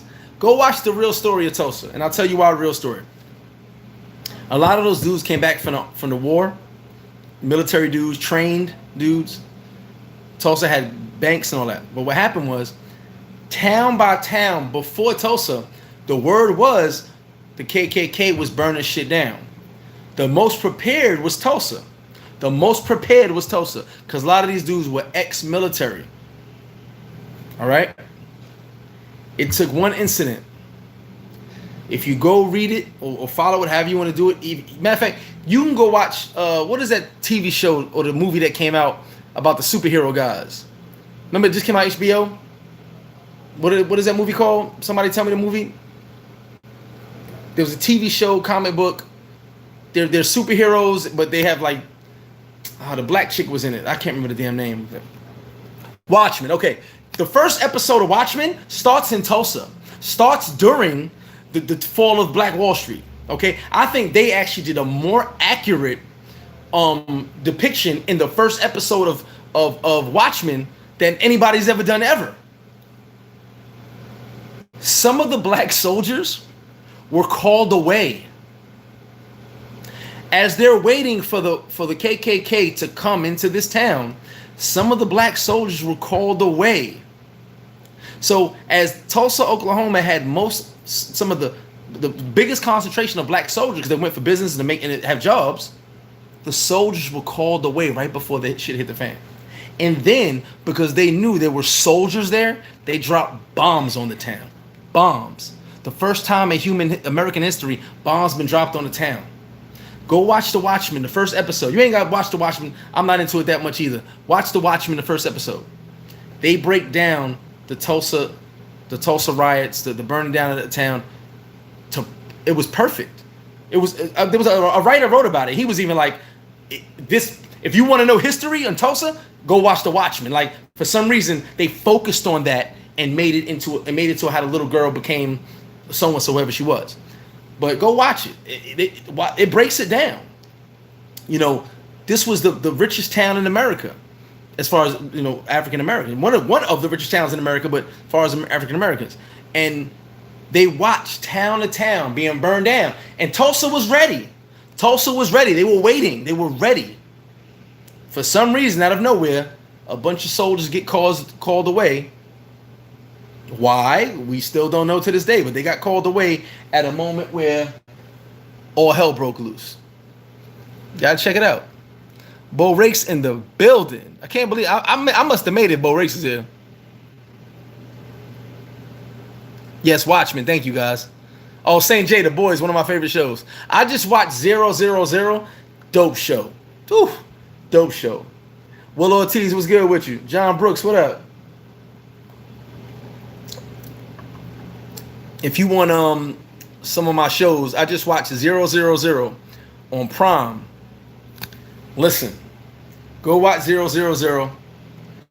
I'm gonna tell you to pay attention to two characters. It's gonna blow your mind. Go watch 000. Two characters that you need to just watch them closely. Emma, you ain't gonna miss it. She's all over the show. And the vampire, he's basically the vampire commander. His name is Vampire, but he was saying commander. That's him. Dude, this show is awesome. And listen, forget what I've been through in my life. I applaud Emma. And when you watch the show, you're gonna be like, oh, Flip was talking that in. She know what he's talking about. I applaud Emma.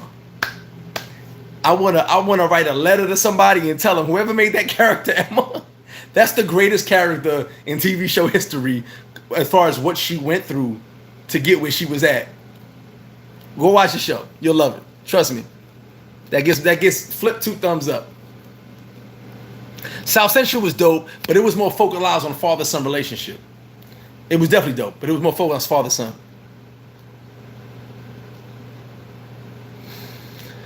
No, DR's cool. Everybody just wants to get back to business. There were some people protesting, but it was something else. You know. Oh, Bo Rakes is definitely the Sosua bully. Red Cup all day. Regina King, yes, and I love Regina King. The Regina King is one of the most dopest actresses ever. She's played every role you could think of. Listen, I love Regina King. Regina King actually should have played Emma in the show I'm talking about, but I don't think it would have been as believable to have a strong black woman playing this role. Emma's a weak Emma's a weak white woman, and it was the perfect role because you can't see how the hell she got through this stuff, but she made it through. Like I said, go watch it. And when I'm telling you, she went through some ish, and you're gonna be like, nah, okay. You're gonna see she went through that. Yeah, okay. She went through. Yeah, okay. You ain't gonna believe how much stuff she goes through. That it's like, oh my God. Most men can't survive that, but a weak, and I say weak, she's a weakling, a weak white woman to survive all of the stuff she went through. She gets my applause all day. Man, Bo Rakes is the bully. What he does is let me tell you about Bo Rakes. I've been to Jamaica twice, Will Ortiz, Montego Bay. Let me tell you something about Bo Rakes. So Bo Rakes likes to start stuff and then throw me in front, be like, handle that, Greg. That's Bo Rakes. And then he calls me a bully when I handle it, because I handle it. He knows everybody knows I handle it. So Bo tried to be like, I don't want no problem. And he goes, hey, Greg, what that guy just said, you heard what he said? And then I get up, I start doing what I do. And then he played the background videotape and talking about I'm the bully. That's the difference. Bo Rakes the real bully. Shout out to Mr. T. Abdul, I'm tired of watching TV. I can't stand TV, man. I can't stand it. You guys got any questions as we move forward? Hit that like button, y'all. Subscribe, share. You know how we do. Bo, I'm telling you, people asked me last time you was here. They're like, remember, you were here. I went to Columbia. When you came in, I went to Columbia. And people were like, you was here taking my place. They was like, yo, he be threatening mad people. I was like, Bo Rakes? They was like, he in here threatening people like he you. And I said, but I don't threaten nobody. They said, we know, but he acting like he you threatening people. I said, oh, man. Snowfall is legit. And if for you guys that don't know about the crack era, Snowfall is what you want to watch. It is almost perfectly accurate. Of course, drama and all that. They got their drama. But as far as how the crack era happened and the things that were behind it, the people that were behind it, the way it went forward, Snowfall is almost perfect for crack era. Elaine, we definitely need the Black Panthers. I would 1,000% agree with you that we need the Black Panthers. 1,000% agree with you. We need the Black Panthers. It is bad. I saw some Black Panthers in Atlanta marching with their automatic weapons. There's a Ted Bundy series? What's the name of that? Yeah, Bo Rakes is an instigator. That's what he does.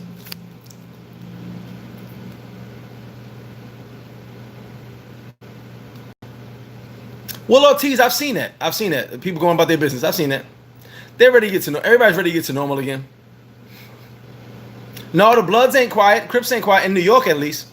In New York, at least, they're not quiet. They're making noise. Valentine Sanchez, I believe it is. But remember, he was the king of crack. There was no doubt about it. Rick Ross, the original Rick Ross, was the original king of crack.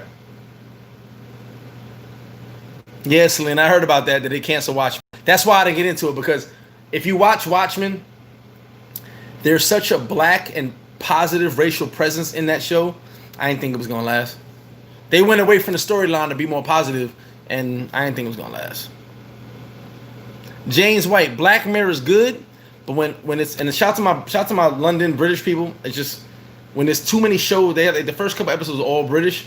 I was like, yeah, I can't watch that. Well, Abdul, I'm still waiting. Ted Bundy got a dot. Well, I got DR Netflix. I gotta check. Send me the link. I'll check it out. Bo Rakes, I'm still waiting on his book. Still waiting on it. I love cocaine, but I went to hell. Something like that. Oh, I love the smell. Something like that. Something about Bo. He's always doing something with cocaine. I haven't got a book yet. Alexa and Pierre, you will have a DR video this week, 100%.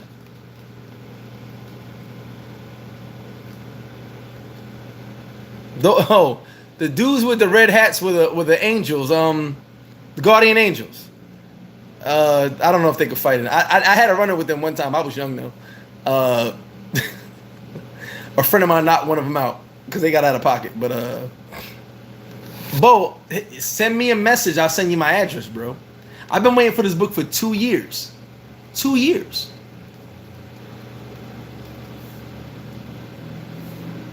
Tarhead, I know the name. I gotta mess with him though. I love cocaine, but I went to hell. Whatever you, I make things up as I go along. Rest in peace, John Singleton. Yes. Bo Ray, because I was in the streets, bro. I had to run in with everybody. In Atlanta, hold on. In Atlanta, back when Buckhead was popping, I had to run in with the police over there. They gonna tell me at the gas station, y'all pump y'all gas and move on. I said, you don't know the fuck you talking to. Like, they came up on me. So what happened was, we pumped the gas, but we were talking to these girls. So, you know, we sitting there chilling, music playing, whatever. And the cop is a black cop. He goes, yo, pump the gas and move on. I said, what the fuck you talking to? I'm cursing. I messed this whole video up. I don't get no money off my video, so I'm cursing like crazy.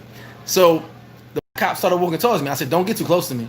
This was the old arrogant. This when Buckhead was open. So you know how long this was. This is the old arrogant me. I don't care about nobody. Don't come in. Don't pull your rank on me. I'm from New York. Cops from New York is way different than anybody else. I tell you, outside of New York, listen, for you guys that don't know, back in the 90s, early 2000s, especially the 80s, everybody in the 5 boroughs thought if you lived outside the 5 boroughs, you milked cows. You were from the country. Don't argue with me. Don't debate this. If you lived outside of the 5 boroughs, you were from the country. You milked cows. You had chickens. You had a farm. That's what we believed in the 5 boroughs for a long time. So yeah, I had an altercation in Buckhead. So the cop approached me, and as I told him, I was like, "Don't get too close to me, bro." And I'm speaking in English. I'm speaking like a New Yorker. So he calls like 2 other cops, and he's like, "Yo, well, we asked you, could you move the car?" Now remember, Buckhead at that time was packed with people. So this gas station is loaded with people. And he came up on me. I said, "Man, I don't want to." So my cousin told me, "Yo, relax, calm down. We gonna pull off." So we like pulled off and like went like less than 10 yards to the side. And they left us alone. I had my altercation. I have altercation with everybody because my mouth don't shut, and you hard pressed to deal with me. You better lock me up, and I'm gonna get out with my lawyer. So we good. So yes, I have altercation with everybody. I'm gonna have an altercation with you soon.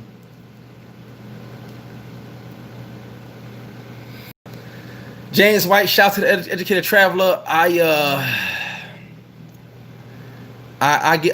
give my videos. I don't everybody else's videos. I kind of can't catch up on.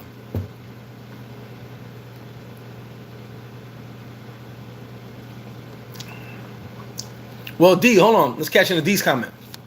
So the homie D said, my theory is if you were a teenager or older when crack first hit and you didn't sell, you were a user. So if your dad said he didn't sell, either he lying or he a user. Okay. There's two sides to that, D. When crack first hit, the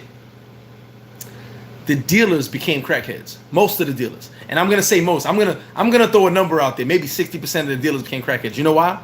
No one knew the addictive effects of crack. They just knew it was good as hell. So they would sell it and use it. Then what happened was the dude started getting addicted and their partner would be like, oh, you get out of here. Now you a crackhead. That's where the term crackhead came from. It actually didn't come from the people in the street. It came from the dealers who were selling it, getting addicted. They were like, oh, you a head now. You a crack, because it was called basehead. The dealers who were getting addicted when they became crackheads, they were selling it and being addicted to it. The other dudes were like, you a crackhead, get out of here. Now you can't sell no more. That's actually what happened. And most people were using. You're 100% right. Buckhead, I don't know the name of the road. Thank you, Earn Money. Buckhead. I was in that gas station over there acting a fool. Black Men Travels, what up? Exactly, Rich. Upstate from that's what we. If you wait in the 5 boroughs, you was country. Everybody was country to us. So when I used to go down south, I'd be like, man, y'all get your country ass out of my face.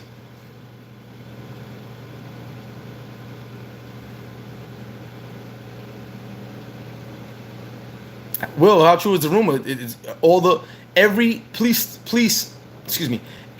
precinct has reported that in every state that most of the people they're locking up are not from the area. I had friends of mine that are cops, and they said a lot of the people they arrested are not from the area. Hit that like button, y'all. Thanks, Mace. Definitely hit that like button. We had 200 something. We ain't got 200 something likes. So, you know, like I said, there's just a lot of stuff going on.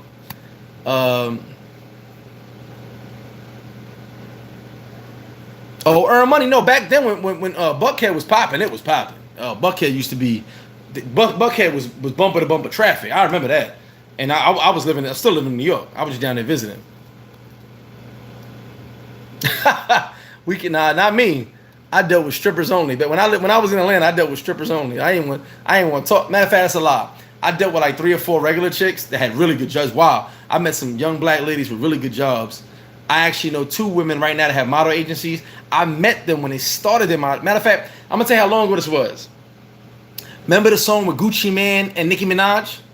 Way back then, I met 2 girls, one in one club, who was starting a model agency. She's very successful in Atlanta right now. Shout out to Kiss Entertainment. I shouted her out the other day and just on her Instagram. She was just starting out. She was a model. Got her agency going now. She's booming. And another young lady who was starting out. She has a company. I can't remember the name of the company off the top of my head. But I met both of them back when Gucci Mane and Nicki Minaj made that song. And they both started their company. And they blew up. So yeah, I was back there back then. I was back there. Andy Moore. Josh Holt, what up, baby? Josh, I hope you being safe down there, brother. You know I love you to death. Shout out to you. I know you've been busy. Hopefully being safe down there.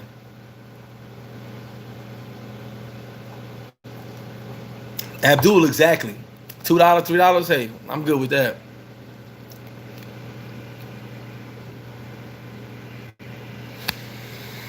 But also, you guys understand something. You're talking to somebody, or you're listening to somebody, excuse me, that's well traveled. I didn't travel the world, but I traveled the United States of America. See, I didn't get my passport till later on, but I was all over this motherfucker. Yeah, shout to Waka Flocka moms. Woof.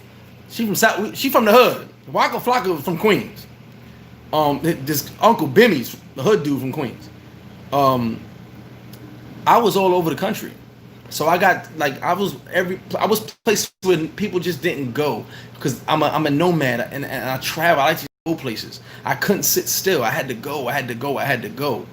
You know, my mom's will tell you there will be times where I get off the flight at maybe 11 and like 3 in the afternoon, or 3 in the morning, however you want to call it. She's like, "Where you at?" Oh, I'm in a strip club.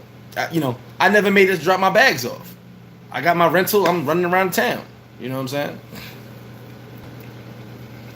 Edgewood, that's a new spot. I ain't been in the A in years, but Edgewood. What's Edgewood by? I don't even the name Edgewood don't even sound familiar to me. Yeah, DC was wild back then. DC was definitely wild. No disrespect to all my DC people, but the reason I actually stopped hanging out in DC was the go-go music. No disrespect, but I could not get go-go music. I know you guys love it. I just couldn't do it. Oh, you know what? Was that wasn't popping years ago. That must be like newly really. Edgewood must be popping now. That wasn't the place to be years ago. Definitely wasn't. He said Cortez says I live here and can't go. I'm sorry, guys. I was in the club and I was like, are they gonna play any other music? Like we popping bottles. I'm like, they gonna play other music? Any other music? Okay, MLK Center. Now I know what you're talking about. But that wasn't. I don't. What club? There wasn't no. I'm talking like 5-6 years ago. 5-6 years ago, that wasn't a place. Oh, past 5 years. There you go. Thank you, Bo. That wasn't popping back then. When that was my last time in Atlanta. Was about 5-6 years ago. That wasn't popping back then.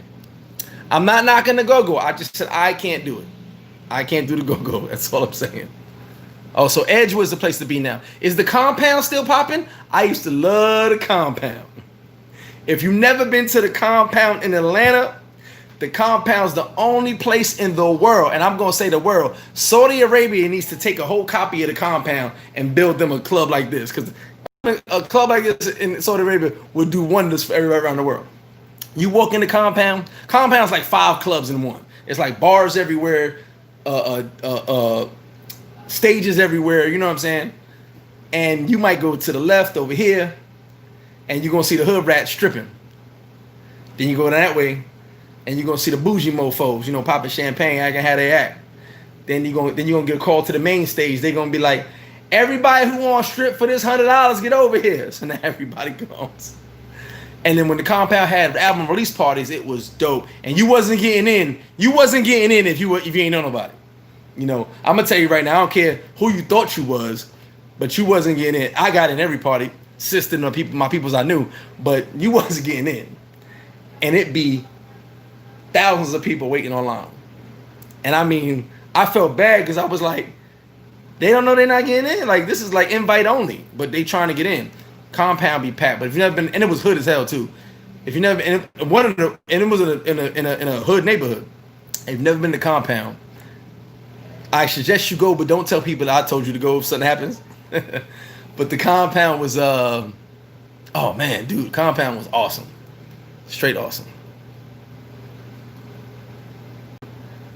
Oh, nothing could be like Buckhead was, and I don't even know what Edgewood is, but it can't be like Buckhead. Buckhead was awesome. Buckhead was the first time I hung out. I hung out in Atlanta, besides Freaknik, and my cousins talk. We bumper to bumper traffic, and my cousins talking to these girls. And my cousin's from New York, but he had lived in Atlanta for a while. I brought him down to Atlanta. Then I went left and came back, and I go, yo, they with dudes in the car, bro. What are you doing? Like, don't, you know? My mama said this. Don't do nothing that's gonna make me have to hurt somebody. And he goes, nah, Greg, it's cool. He's like, Ma, what up? What y'all doing? Da da da da. And the dudes is looking like, and in my mind, I'm like, okay, it's about to be a problem. Like, in New York, you can't do that. The girls got out the car, got in the car with us. The dude said, y'all be good, and pulled off. And I was like, and my cousin's like, this is how it was done in the A. I said, I've been in A longer than you, bro, but I lived there in a while. And I was just like, okay. I made him with girls when I was in the A, strippers. And I'm seeing him pull girls out of other dudes' cars, and I was like, it was like, your chick chose me, it's all good. I'm like, that's different for me. Oh, the area's like Williamsburg. Okay, so it became that bougie restaurant bar spot. Okay, that makes sense. Compound hard to get in, Taylor. I'm tell you like that. Compound is hard to get in. Compound was one of them places, man, that was just dope. Like my first, I went to Compound probably 10, 15 times. Just dope. You know, my spot was Onyx, but I heard Onyx closed. Summer Hill, Yoga, what up? There go my boy John right there. John, I told everybody we're going to interview this week. Matter of fact, tomorrow. Me and John got an interview tomorrow, and I will put the interview on YouTube this week. That's a good friend of mine, John. We kick it all the time. I'm drinking, John. I'll see you tomorrow. Man, we got to talk. You can hit me up behind the scenes. Don't forget. A good friend of mine. Me, him, and Red kick it a lot. And we'll give you guys a lot of info on what's going on. And then me and him, John, is going to talk about what he got going on. And then we'll get into a whole bunch of other things.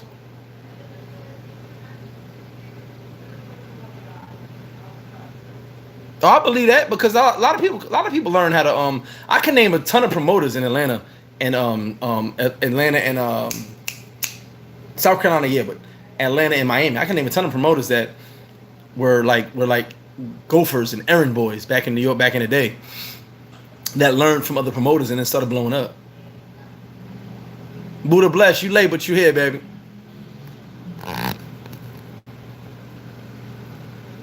Fox. Hit me behind the scenes. I want to know what we got in common. Hit me behind the scenes. But Simp Talk's going to be fun for Sunday. I mean, Wednesdays. Oh, God. Wednesday, 8 p.m. I got some things to say.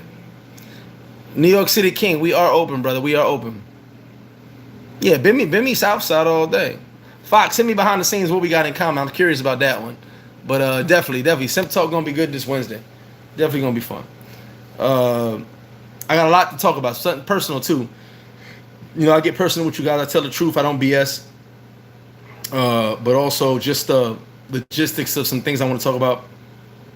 You never know who's your friend, who's not your friend. So you got to think about that. NBA agent, what's in my vegan tacos? In my vegan tacos are vegetables. How about that? September, things should be back to normal. We'll see. Atlanta, Gilmore, that Frankie's. Where is that? That name sounds so familiar. Frankie's sounds so familiar. See, they laughing. Frankie's sound, yeah, they like vegetables, yeah. James Van, I got a lot on my mind, I do, but there's a lot I want to get off my chest. I got a lot off my chest today. Lots more to get off my chest. You know, this is just things that, you know, we need to talk about. Shout to Noon. Watch it from Afghanistan. Appreciate you, brother. Do your thing out there. Be safe out there. DJ V103. Dude, I remember that. I believe so. You know what, Atlanta Gilmore? You put me on the spot, and that Frankie's name sounds so familiar. I ain't gonna lie. St. J, you got a friend to me. Don't worry about it. Frankie, okay, yeah, I know it. Remember, it's been a while since I've been in Atlanta, but I know the name Frankie's. I do know the name. I'm trying to think that I listen. I know the name very well. Sean Patrick, Bo don't walk around with swag. He walk around mad at everybody, getting everybody in trouble. Fox, yes. Hold on. Let me stop. So my boy Fox said the fish tacos are crack. So Fox, if you don't know, as I talk about the crack era, what I did was I went back to I was like, man, the crack era was crazy. Everybody was addicted to crack. So I went and took some crack and put a little bit in the fish tacos, a little bit in the wings. Everybody said, what's in it? What's in these? A little bit of crack. Don't worry about it. It won't hurt you. You good.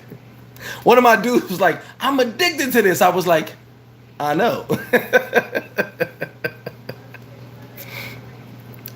Yeah, Atlanta, I definitely heard about it. I can't say I've been there or I haven't. I definitely heard about it. I definitely have. I know, I have an idea, but just, trying to jog my memory now, trying to think. Call you Pookie. Fox, you better hit me up on Facebook and let me know what we talking about. 'Cause you definitely got my brain spinning. Like, oh, wait a minute. We'll talk about that later though, Fox. For you guys, I know Fox is from my neighborhood. Like we didn't know each other very well coming up together, but we come from the same area, same school and everything, which is wild. We actually went and showed each other the school pictures from PS123. He was in one class, I was in the other class, which is wild. Same school, I think a year. I think it was a year apart, or it was I don't know the same year. I can't remember, but same school, everything, just different classes.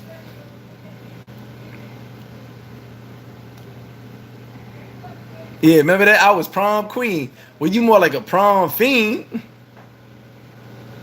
905, I never liked Krispy Kreme, bro. I never liked it. I'm sorry. See, I'm very particular about my sweets. I love sweets. I'm a fat kid, but I never got with Krispy Kreme. It was just never my thing. He's definitely cracking that sauce. Look, I shouldn't say this. Someone's gonna take this literally. Remember Salt Bay? I'm Crack Bay. Now we take very, very good pride in our product, and I try to make it as good as I can.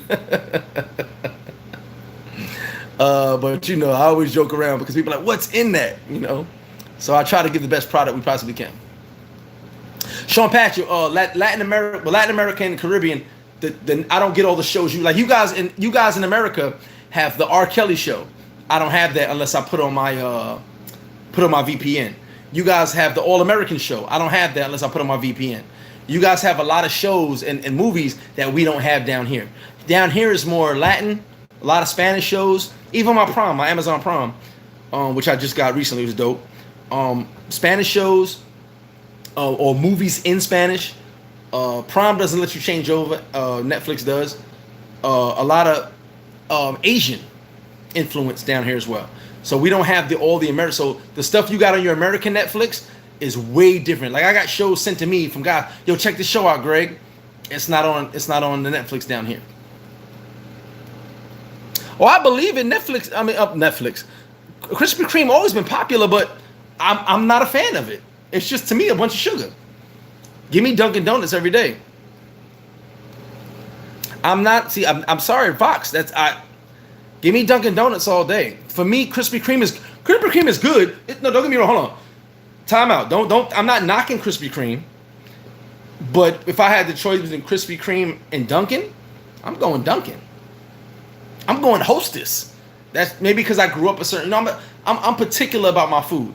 Maybe because I'm already stuck in my mind. I've had Krispy Kreme. I just never saw. I never felt a certain way about Krispy Kreme.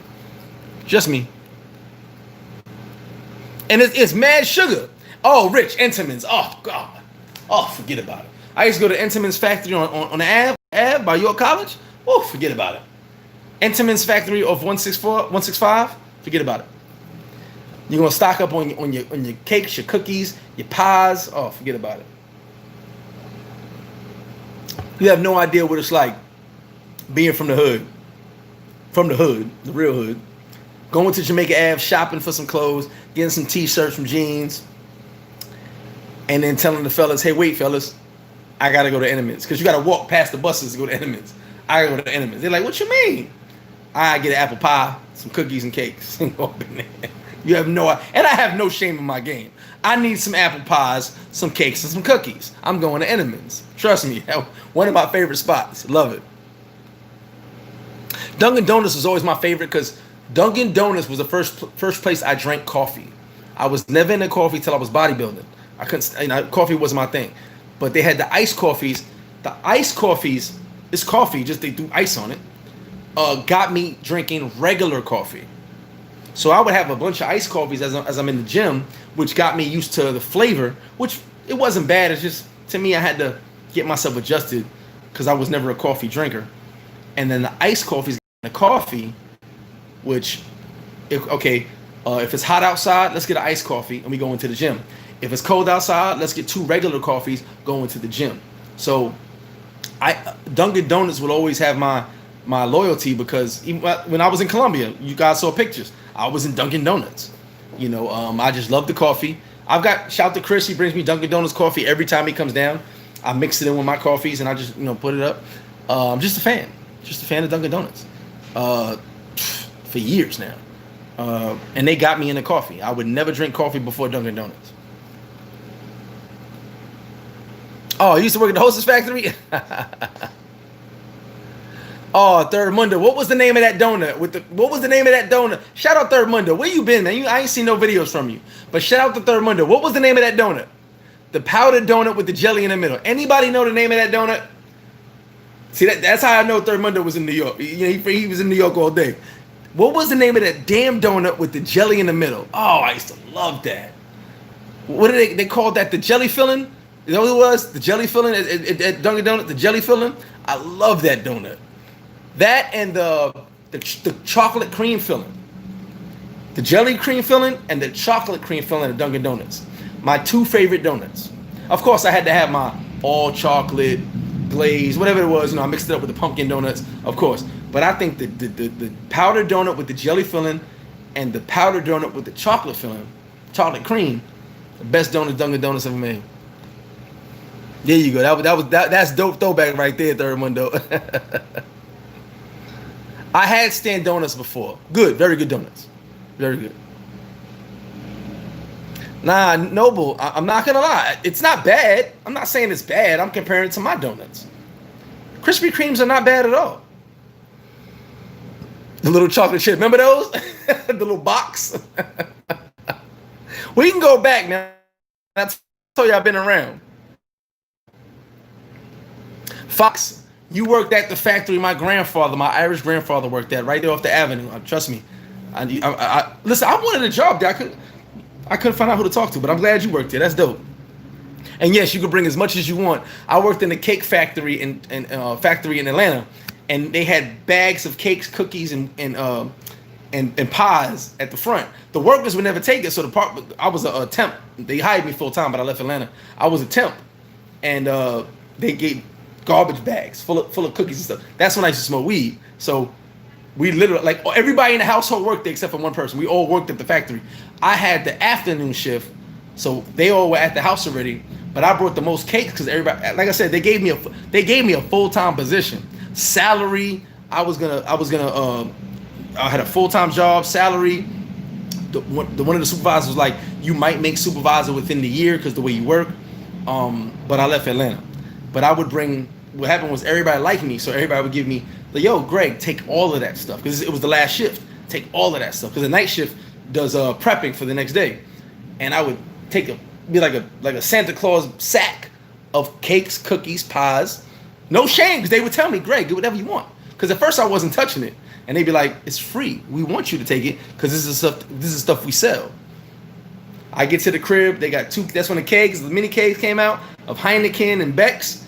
We got 2 mini kegs of Heineken, some Hennessy, about an ounce of weed. Let's watch 106 in Park, and let's sit back and chill. That was my days in Atlanta. But yeah, I worked in the factory in Atlanta, so I know what you mean. They gave all that stuff away for free.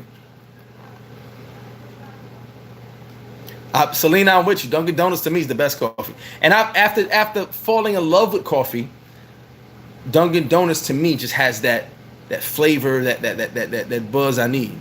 I'm a coffee guy now. Third one, we got the same brain. Word. I forget a lot, man. I be forgetting a lot. Is it Boston cream? No, Boston cream is the white one.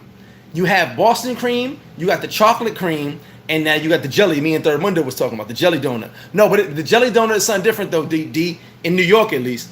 The jelly donut is the jelly donut. We're talking about the powdered donut stacked with jelly. It's two different type of donuts. You get the plain one, but the powdered one filled with jelly. Basically a jelly donut, but I was a 250-pound body. When I was bodybuilding, I ain't none of that crap, bro. I just drank coffee. I ain't none of that. Every now and then I got a chocolate cream. I walked out with a chocolate. I won't lie about that. But Dunkin' thank you, John. Dunkin' all the way. He said, change the subject, I'm getting homesick. Boston cream was good, but I was the chocolate cream and the jelly donut. I love the jelly donut. But chocolate cream was my thing because I could buy the chocolate cream donut, and I did it when I was bodybuilding, and I didn't want to be fat, so I pushed it to the side. You can leave that donut sitting there all day. It will taste the same when you ate it now or you ate it later. Oh, if they open Krispy Kreme in Santo Domingo, that'd be dope. But like I said, I'm not a huge fan of it. 91 degrees in Texas, William. Wow. 9:05, we got breakfast tacos, breakfast burritos, shrimp and grits, whatever you want, brother. We serve it all. Flip Flop, if you didn't know, is the best location in Sosua. I plan to be better by the time you guys get down here. One thing I can pride myself on is, as people talk about my food and my services, I'm gonna be better than what they knew it was.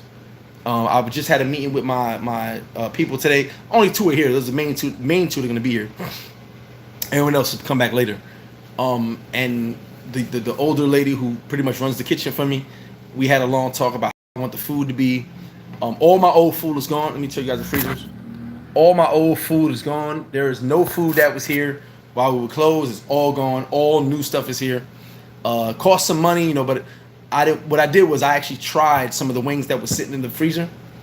Not bad, but I told them, I said, hey, let's give that out. Let's take that home. You want to eat that, you can. It wasn't bad, but the point was it tasted a little bit different. All new stuff, so I pride myself on that. Guys, look at me, oh, you promoting your spot? Yes, but I pride myself on what I have. I pride myself on my products and my service. I pride myself on it because I know I go the extra mile with it. Oh, come on, jukebox. And then it turned the box. Jukebox, then it turned to the box. Come on. Listen, 29. I can remember when you would flip fast by the porno stations and you catch a quick whoop and you go up and down. Come on, I gotta take you back there, bro. Like, come on, listen. I'm 42. I was there. And the box, and people will order the same song over and over again. Good Lord. What's that powder? I don't know. Whatever it is, good. It's crack. We sprinkle it. Who I got free of Roxy? Free all day. Free was when I was, this was when I was watching it all the time. I appreciate that, Team Laylo. Appreciate you. Oh, the wings. Listen, I'm adding in the General Soul's wings to the menu. I'm actually gonna reprint the menu tomorrow. Just taking off the plate of the day. That's gone. Only because it wasn't doing well or we didn't do it every day. Adding the General Soul's wings. That'll be added to the menu because I have enough of it. And I'm going to stock up some more of the sauce. And the General Soul's wings is awesome. Like, I did that as a test run a year and a half ago. Sold out like crazy, but I only had one. Now I know where to get it from, so it's all good. But yeah, our breakfast is there. I mean, everything's dope. I mean, listen. I'm the owner. I'm gonna tell you what's good, but as the people talk here right now, you can read the comments and they'll tell you what's good. So you don't gotta believe me. There you go. Now, you read the comments if you want to talk about my food. You don't gotta believe me. Ain't gotta believe me at all. I let the people talk for me because this is what I do. I appreciate that, Fred. And he said, eat the flip flops if you're tired of getting runs. You better believe that. We don't do that. ¿Tú vas a hacer ensalada? Okay, también. Claro. Okay. Oh, Selena, you remember the box? Remember that? Oh man, that was dope though. The box was dope because you could really watch what you wanted to watch. Watch the yellow. Shit. The box, you could watch what you wanted to watch. So that was dope.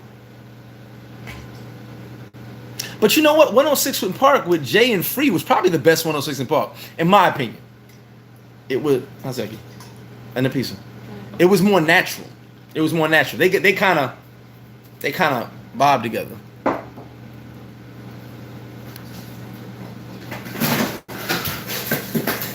$905. No, you're not gonna hear go outside of DC. And I'm not knocking my DC people. Look, shout to my DC people. I had so much fun in DC.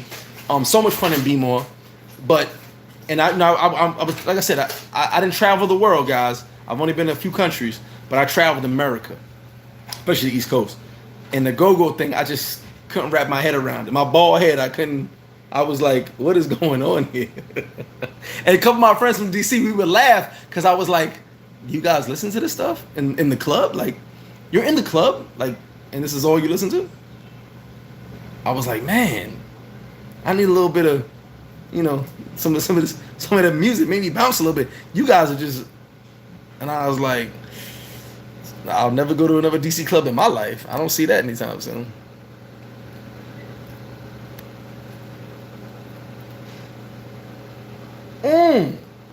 Sean said Rachel from Caribbean Rhythms. Oh man, remember that? Hold on. Who remembers Video Soul? Video Soul. Facts, John. I got. If you Casa de Campai, we got menus in Casa de Campai. Shout out to John. You guys are gonna meet John this week because me and him are doing a video tomorrow. John, don't forget to hit me up. We're doing a video tomorrow so you guys can meet. I keep telling you guys I talk to John a lot. This is the guy. You guys are gonna meet him this week. Appreciate you, Jose. Definitely appreciate you. Dion, I got blue cheese ranch, whatever you want, brother. We got that. He said Caribbean. Remember Video Soul? Don't forget Video Soul. LJ, Lenny, what's good with you, baby? How you doing? I got your message. I gotta actually watch that video you sent me. I haven't had time to watch it. I'm definitely gonna watch it. Doing the butt. Oh man, she said doing the butt.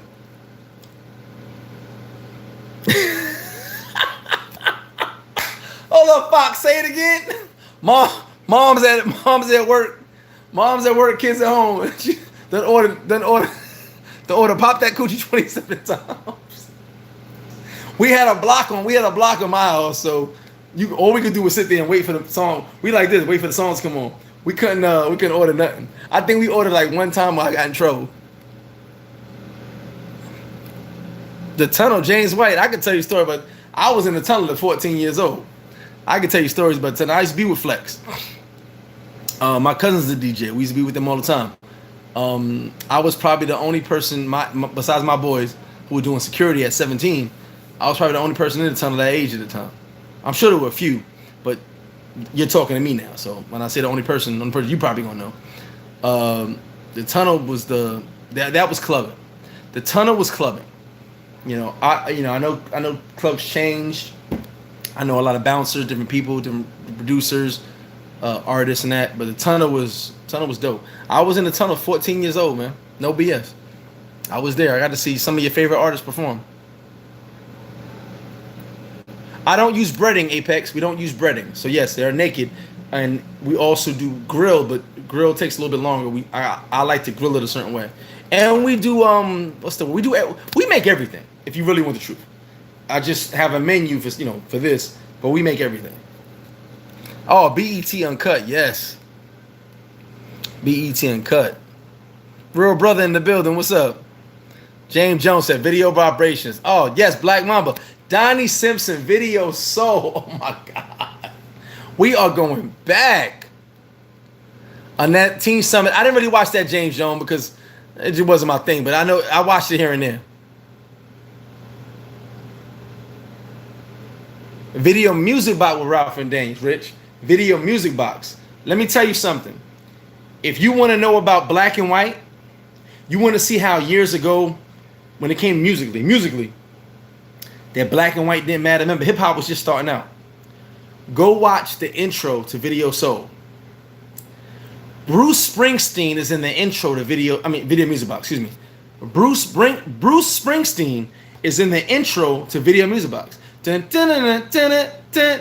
It's Run DMC, LL Cool J, Beastie Boys, Bruce Springsteen, one other rock dude. I can't remember off the top of my head. It was rock and roll and rap together in Video Music Box. Go back and watch it. I used to videotape it on the VHS.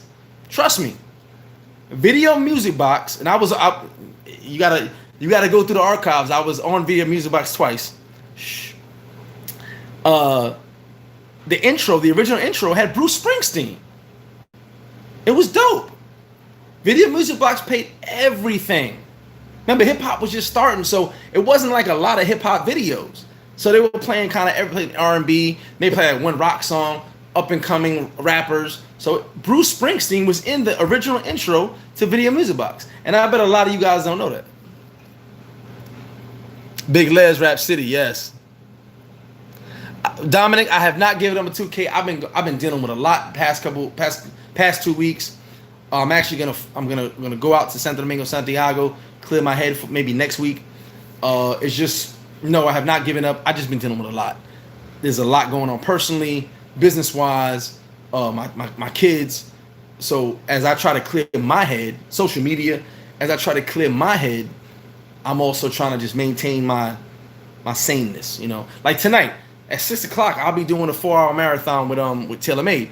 So once I leave you guys, I'll be getting something to eat, jetting home, charging my phones up, and I'm back online tonight all night long.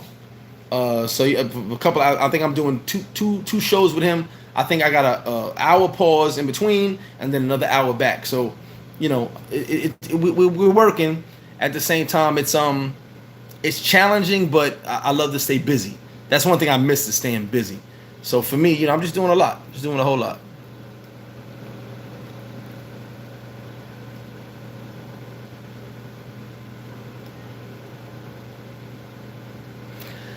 James White, the tunnel you be hellas high, and the tunnel you have cancer, lung cancer from the damn smoking. That's when smoking was legal. You could smoke cigarettes.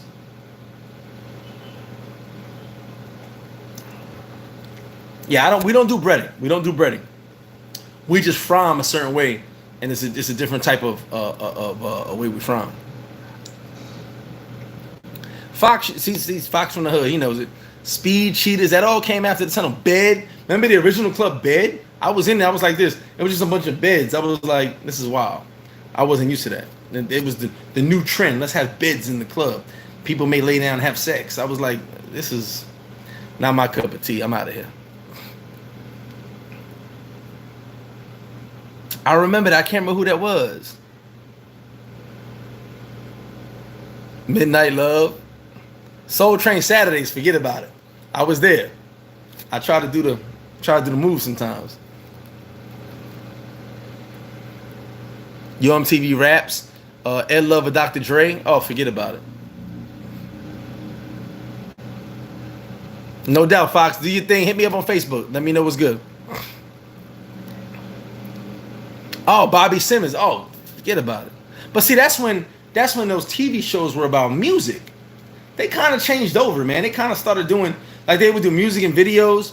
Then, like, MTV started getting a TV series. Does MTV show videos anymore? I don't watch MTV. Do they show actual music videos? I know there's like 10 MTVs now. Do they show music videos? Because they stopped.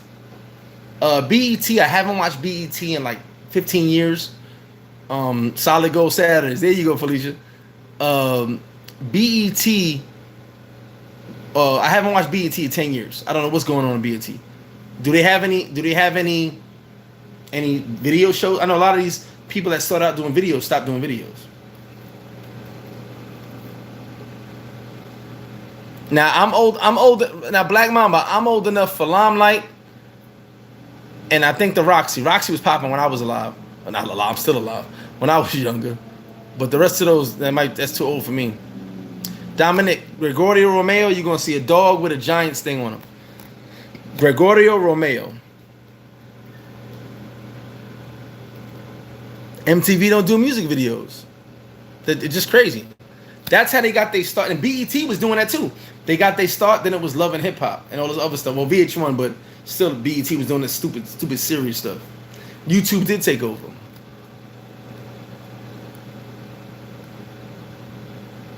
So listen, guys, any questions before I get out of here? Don't forget, Simp Talk on Wednesday, 8 p.m.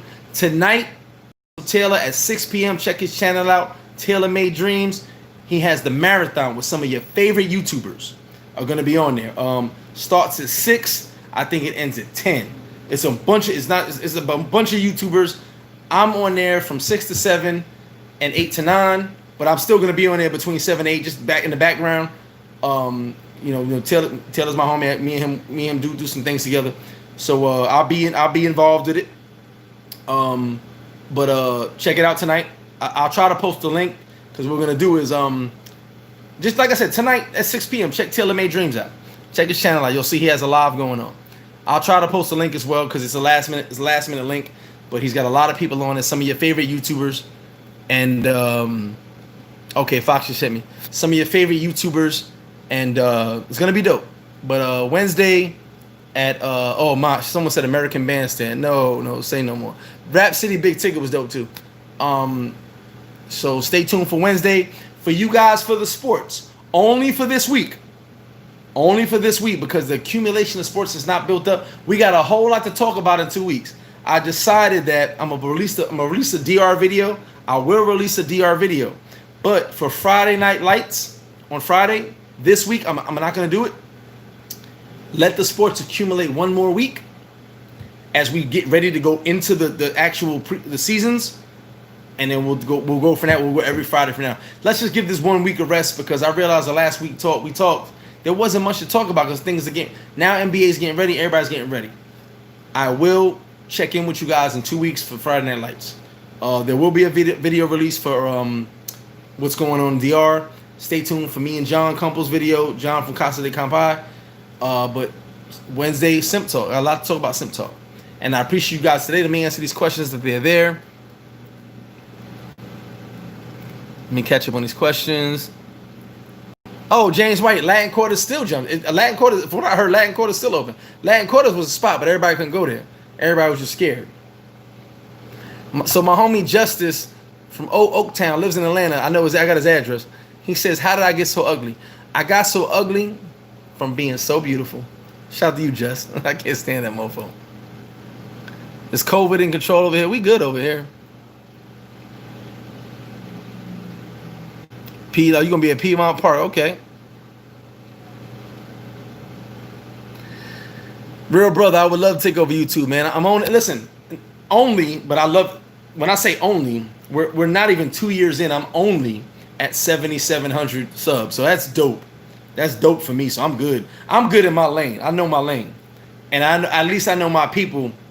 At least I know my people mess with me. You know, so where I'm at, if I can get bigger, I'll get bigger. But I know my people mess with me, so I'm good. You know what I'm saying? No, Sean, we're not done with the sports talk. It was just, I'm going to take the 1 week off because there's not much else new to talk about until at least the week before we go back into sports, we can get ready and primed up. But right now, there's nothing to talk about. So if something pops up, I'll do a pop-up Friday. But I just want to tell my guys that Friday Night Lights for 1 week, at least 1 week, will be off. Then we'll get back into it. Trust me, I love sports talk.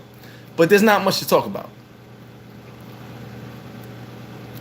Ralph, you already know. I'll see you when you're down here. Just the Cave Club. Wow. Ray Lloyd, everything's going according to plan. Things will be open real soon. Latin Quarters in Detroit. Okay, that's wild. All right, see, Latin Quarters in New York is popping too. Greg Cherie says hi. Okay, tell him I said what's up. A lot of alcohol poisoning going on now, James. Oh, yes, I love the support. I love the support. For you guys that don't know, for you guys watching this video, you guys who were watching it before, who may check it back in later, I appreciate it. I'll do this video for y'all, for me as well, for my mind, but also for y'all, because for the information and the conversation. 905, you got to hit the join. It says join by the subscribe button. I was told if you're on your phone, you can't see it. You might have to go to your laptop, but it says join. Hit that up, check it out. There's some dope videos in there for you guys that are in there, and we got some good talk going on. He said QT Donuts. Hey, they actually pretty good. So you guys be good. I appreciate all of y'all. Stay tuned for Wednesday Sim Talk. Stay tuned tonight for Russell's channel. He has the marathon of YouTubers, a bunch of your favorite YouTubers tonight. Starts at 6 o'clock. And like I said, I'll be back for Sim Talk on Wednesday. Stay tuned for the DR informational videos coming out this week. Probably, maybe Tuesday. I can't promise that. All depends on my timeline. And the video of me and John interviewing John from Casa de Campai. Maybe we have a cameo from Red Alert. Who knows? When he shows up. But we'll get this done and we'll get it out to you guys this week. You guys stay tuned. I appreciate all you guys. I hope you love the video. Like, share, subscribe. Hit the notification button. And I'm telling you guys, if you really feel people don't understand you and people don't follow what we're talking about as far as Black Lives Matter and as far as the movement and the protest for George Floyd, Take this video and show them the first 20 minutes of this video, and tell them, sit down, take a look at what we're talking about.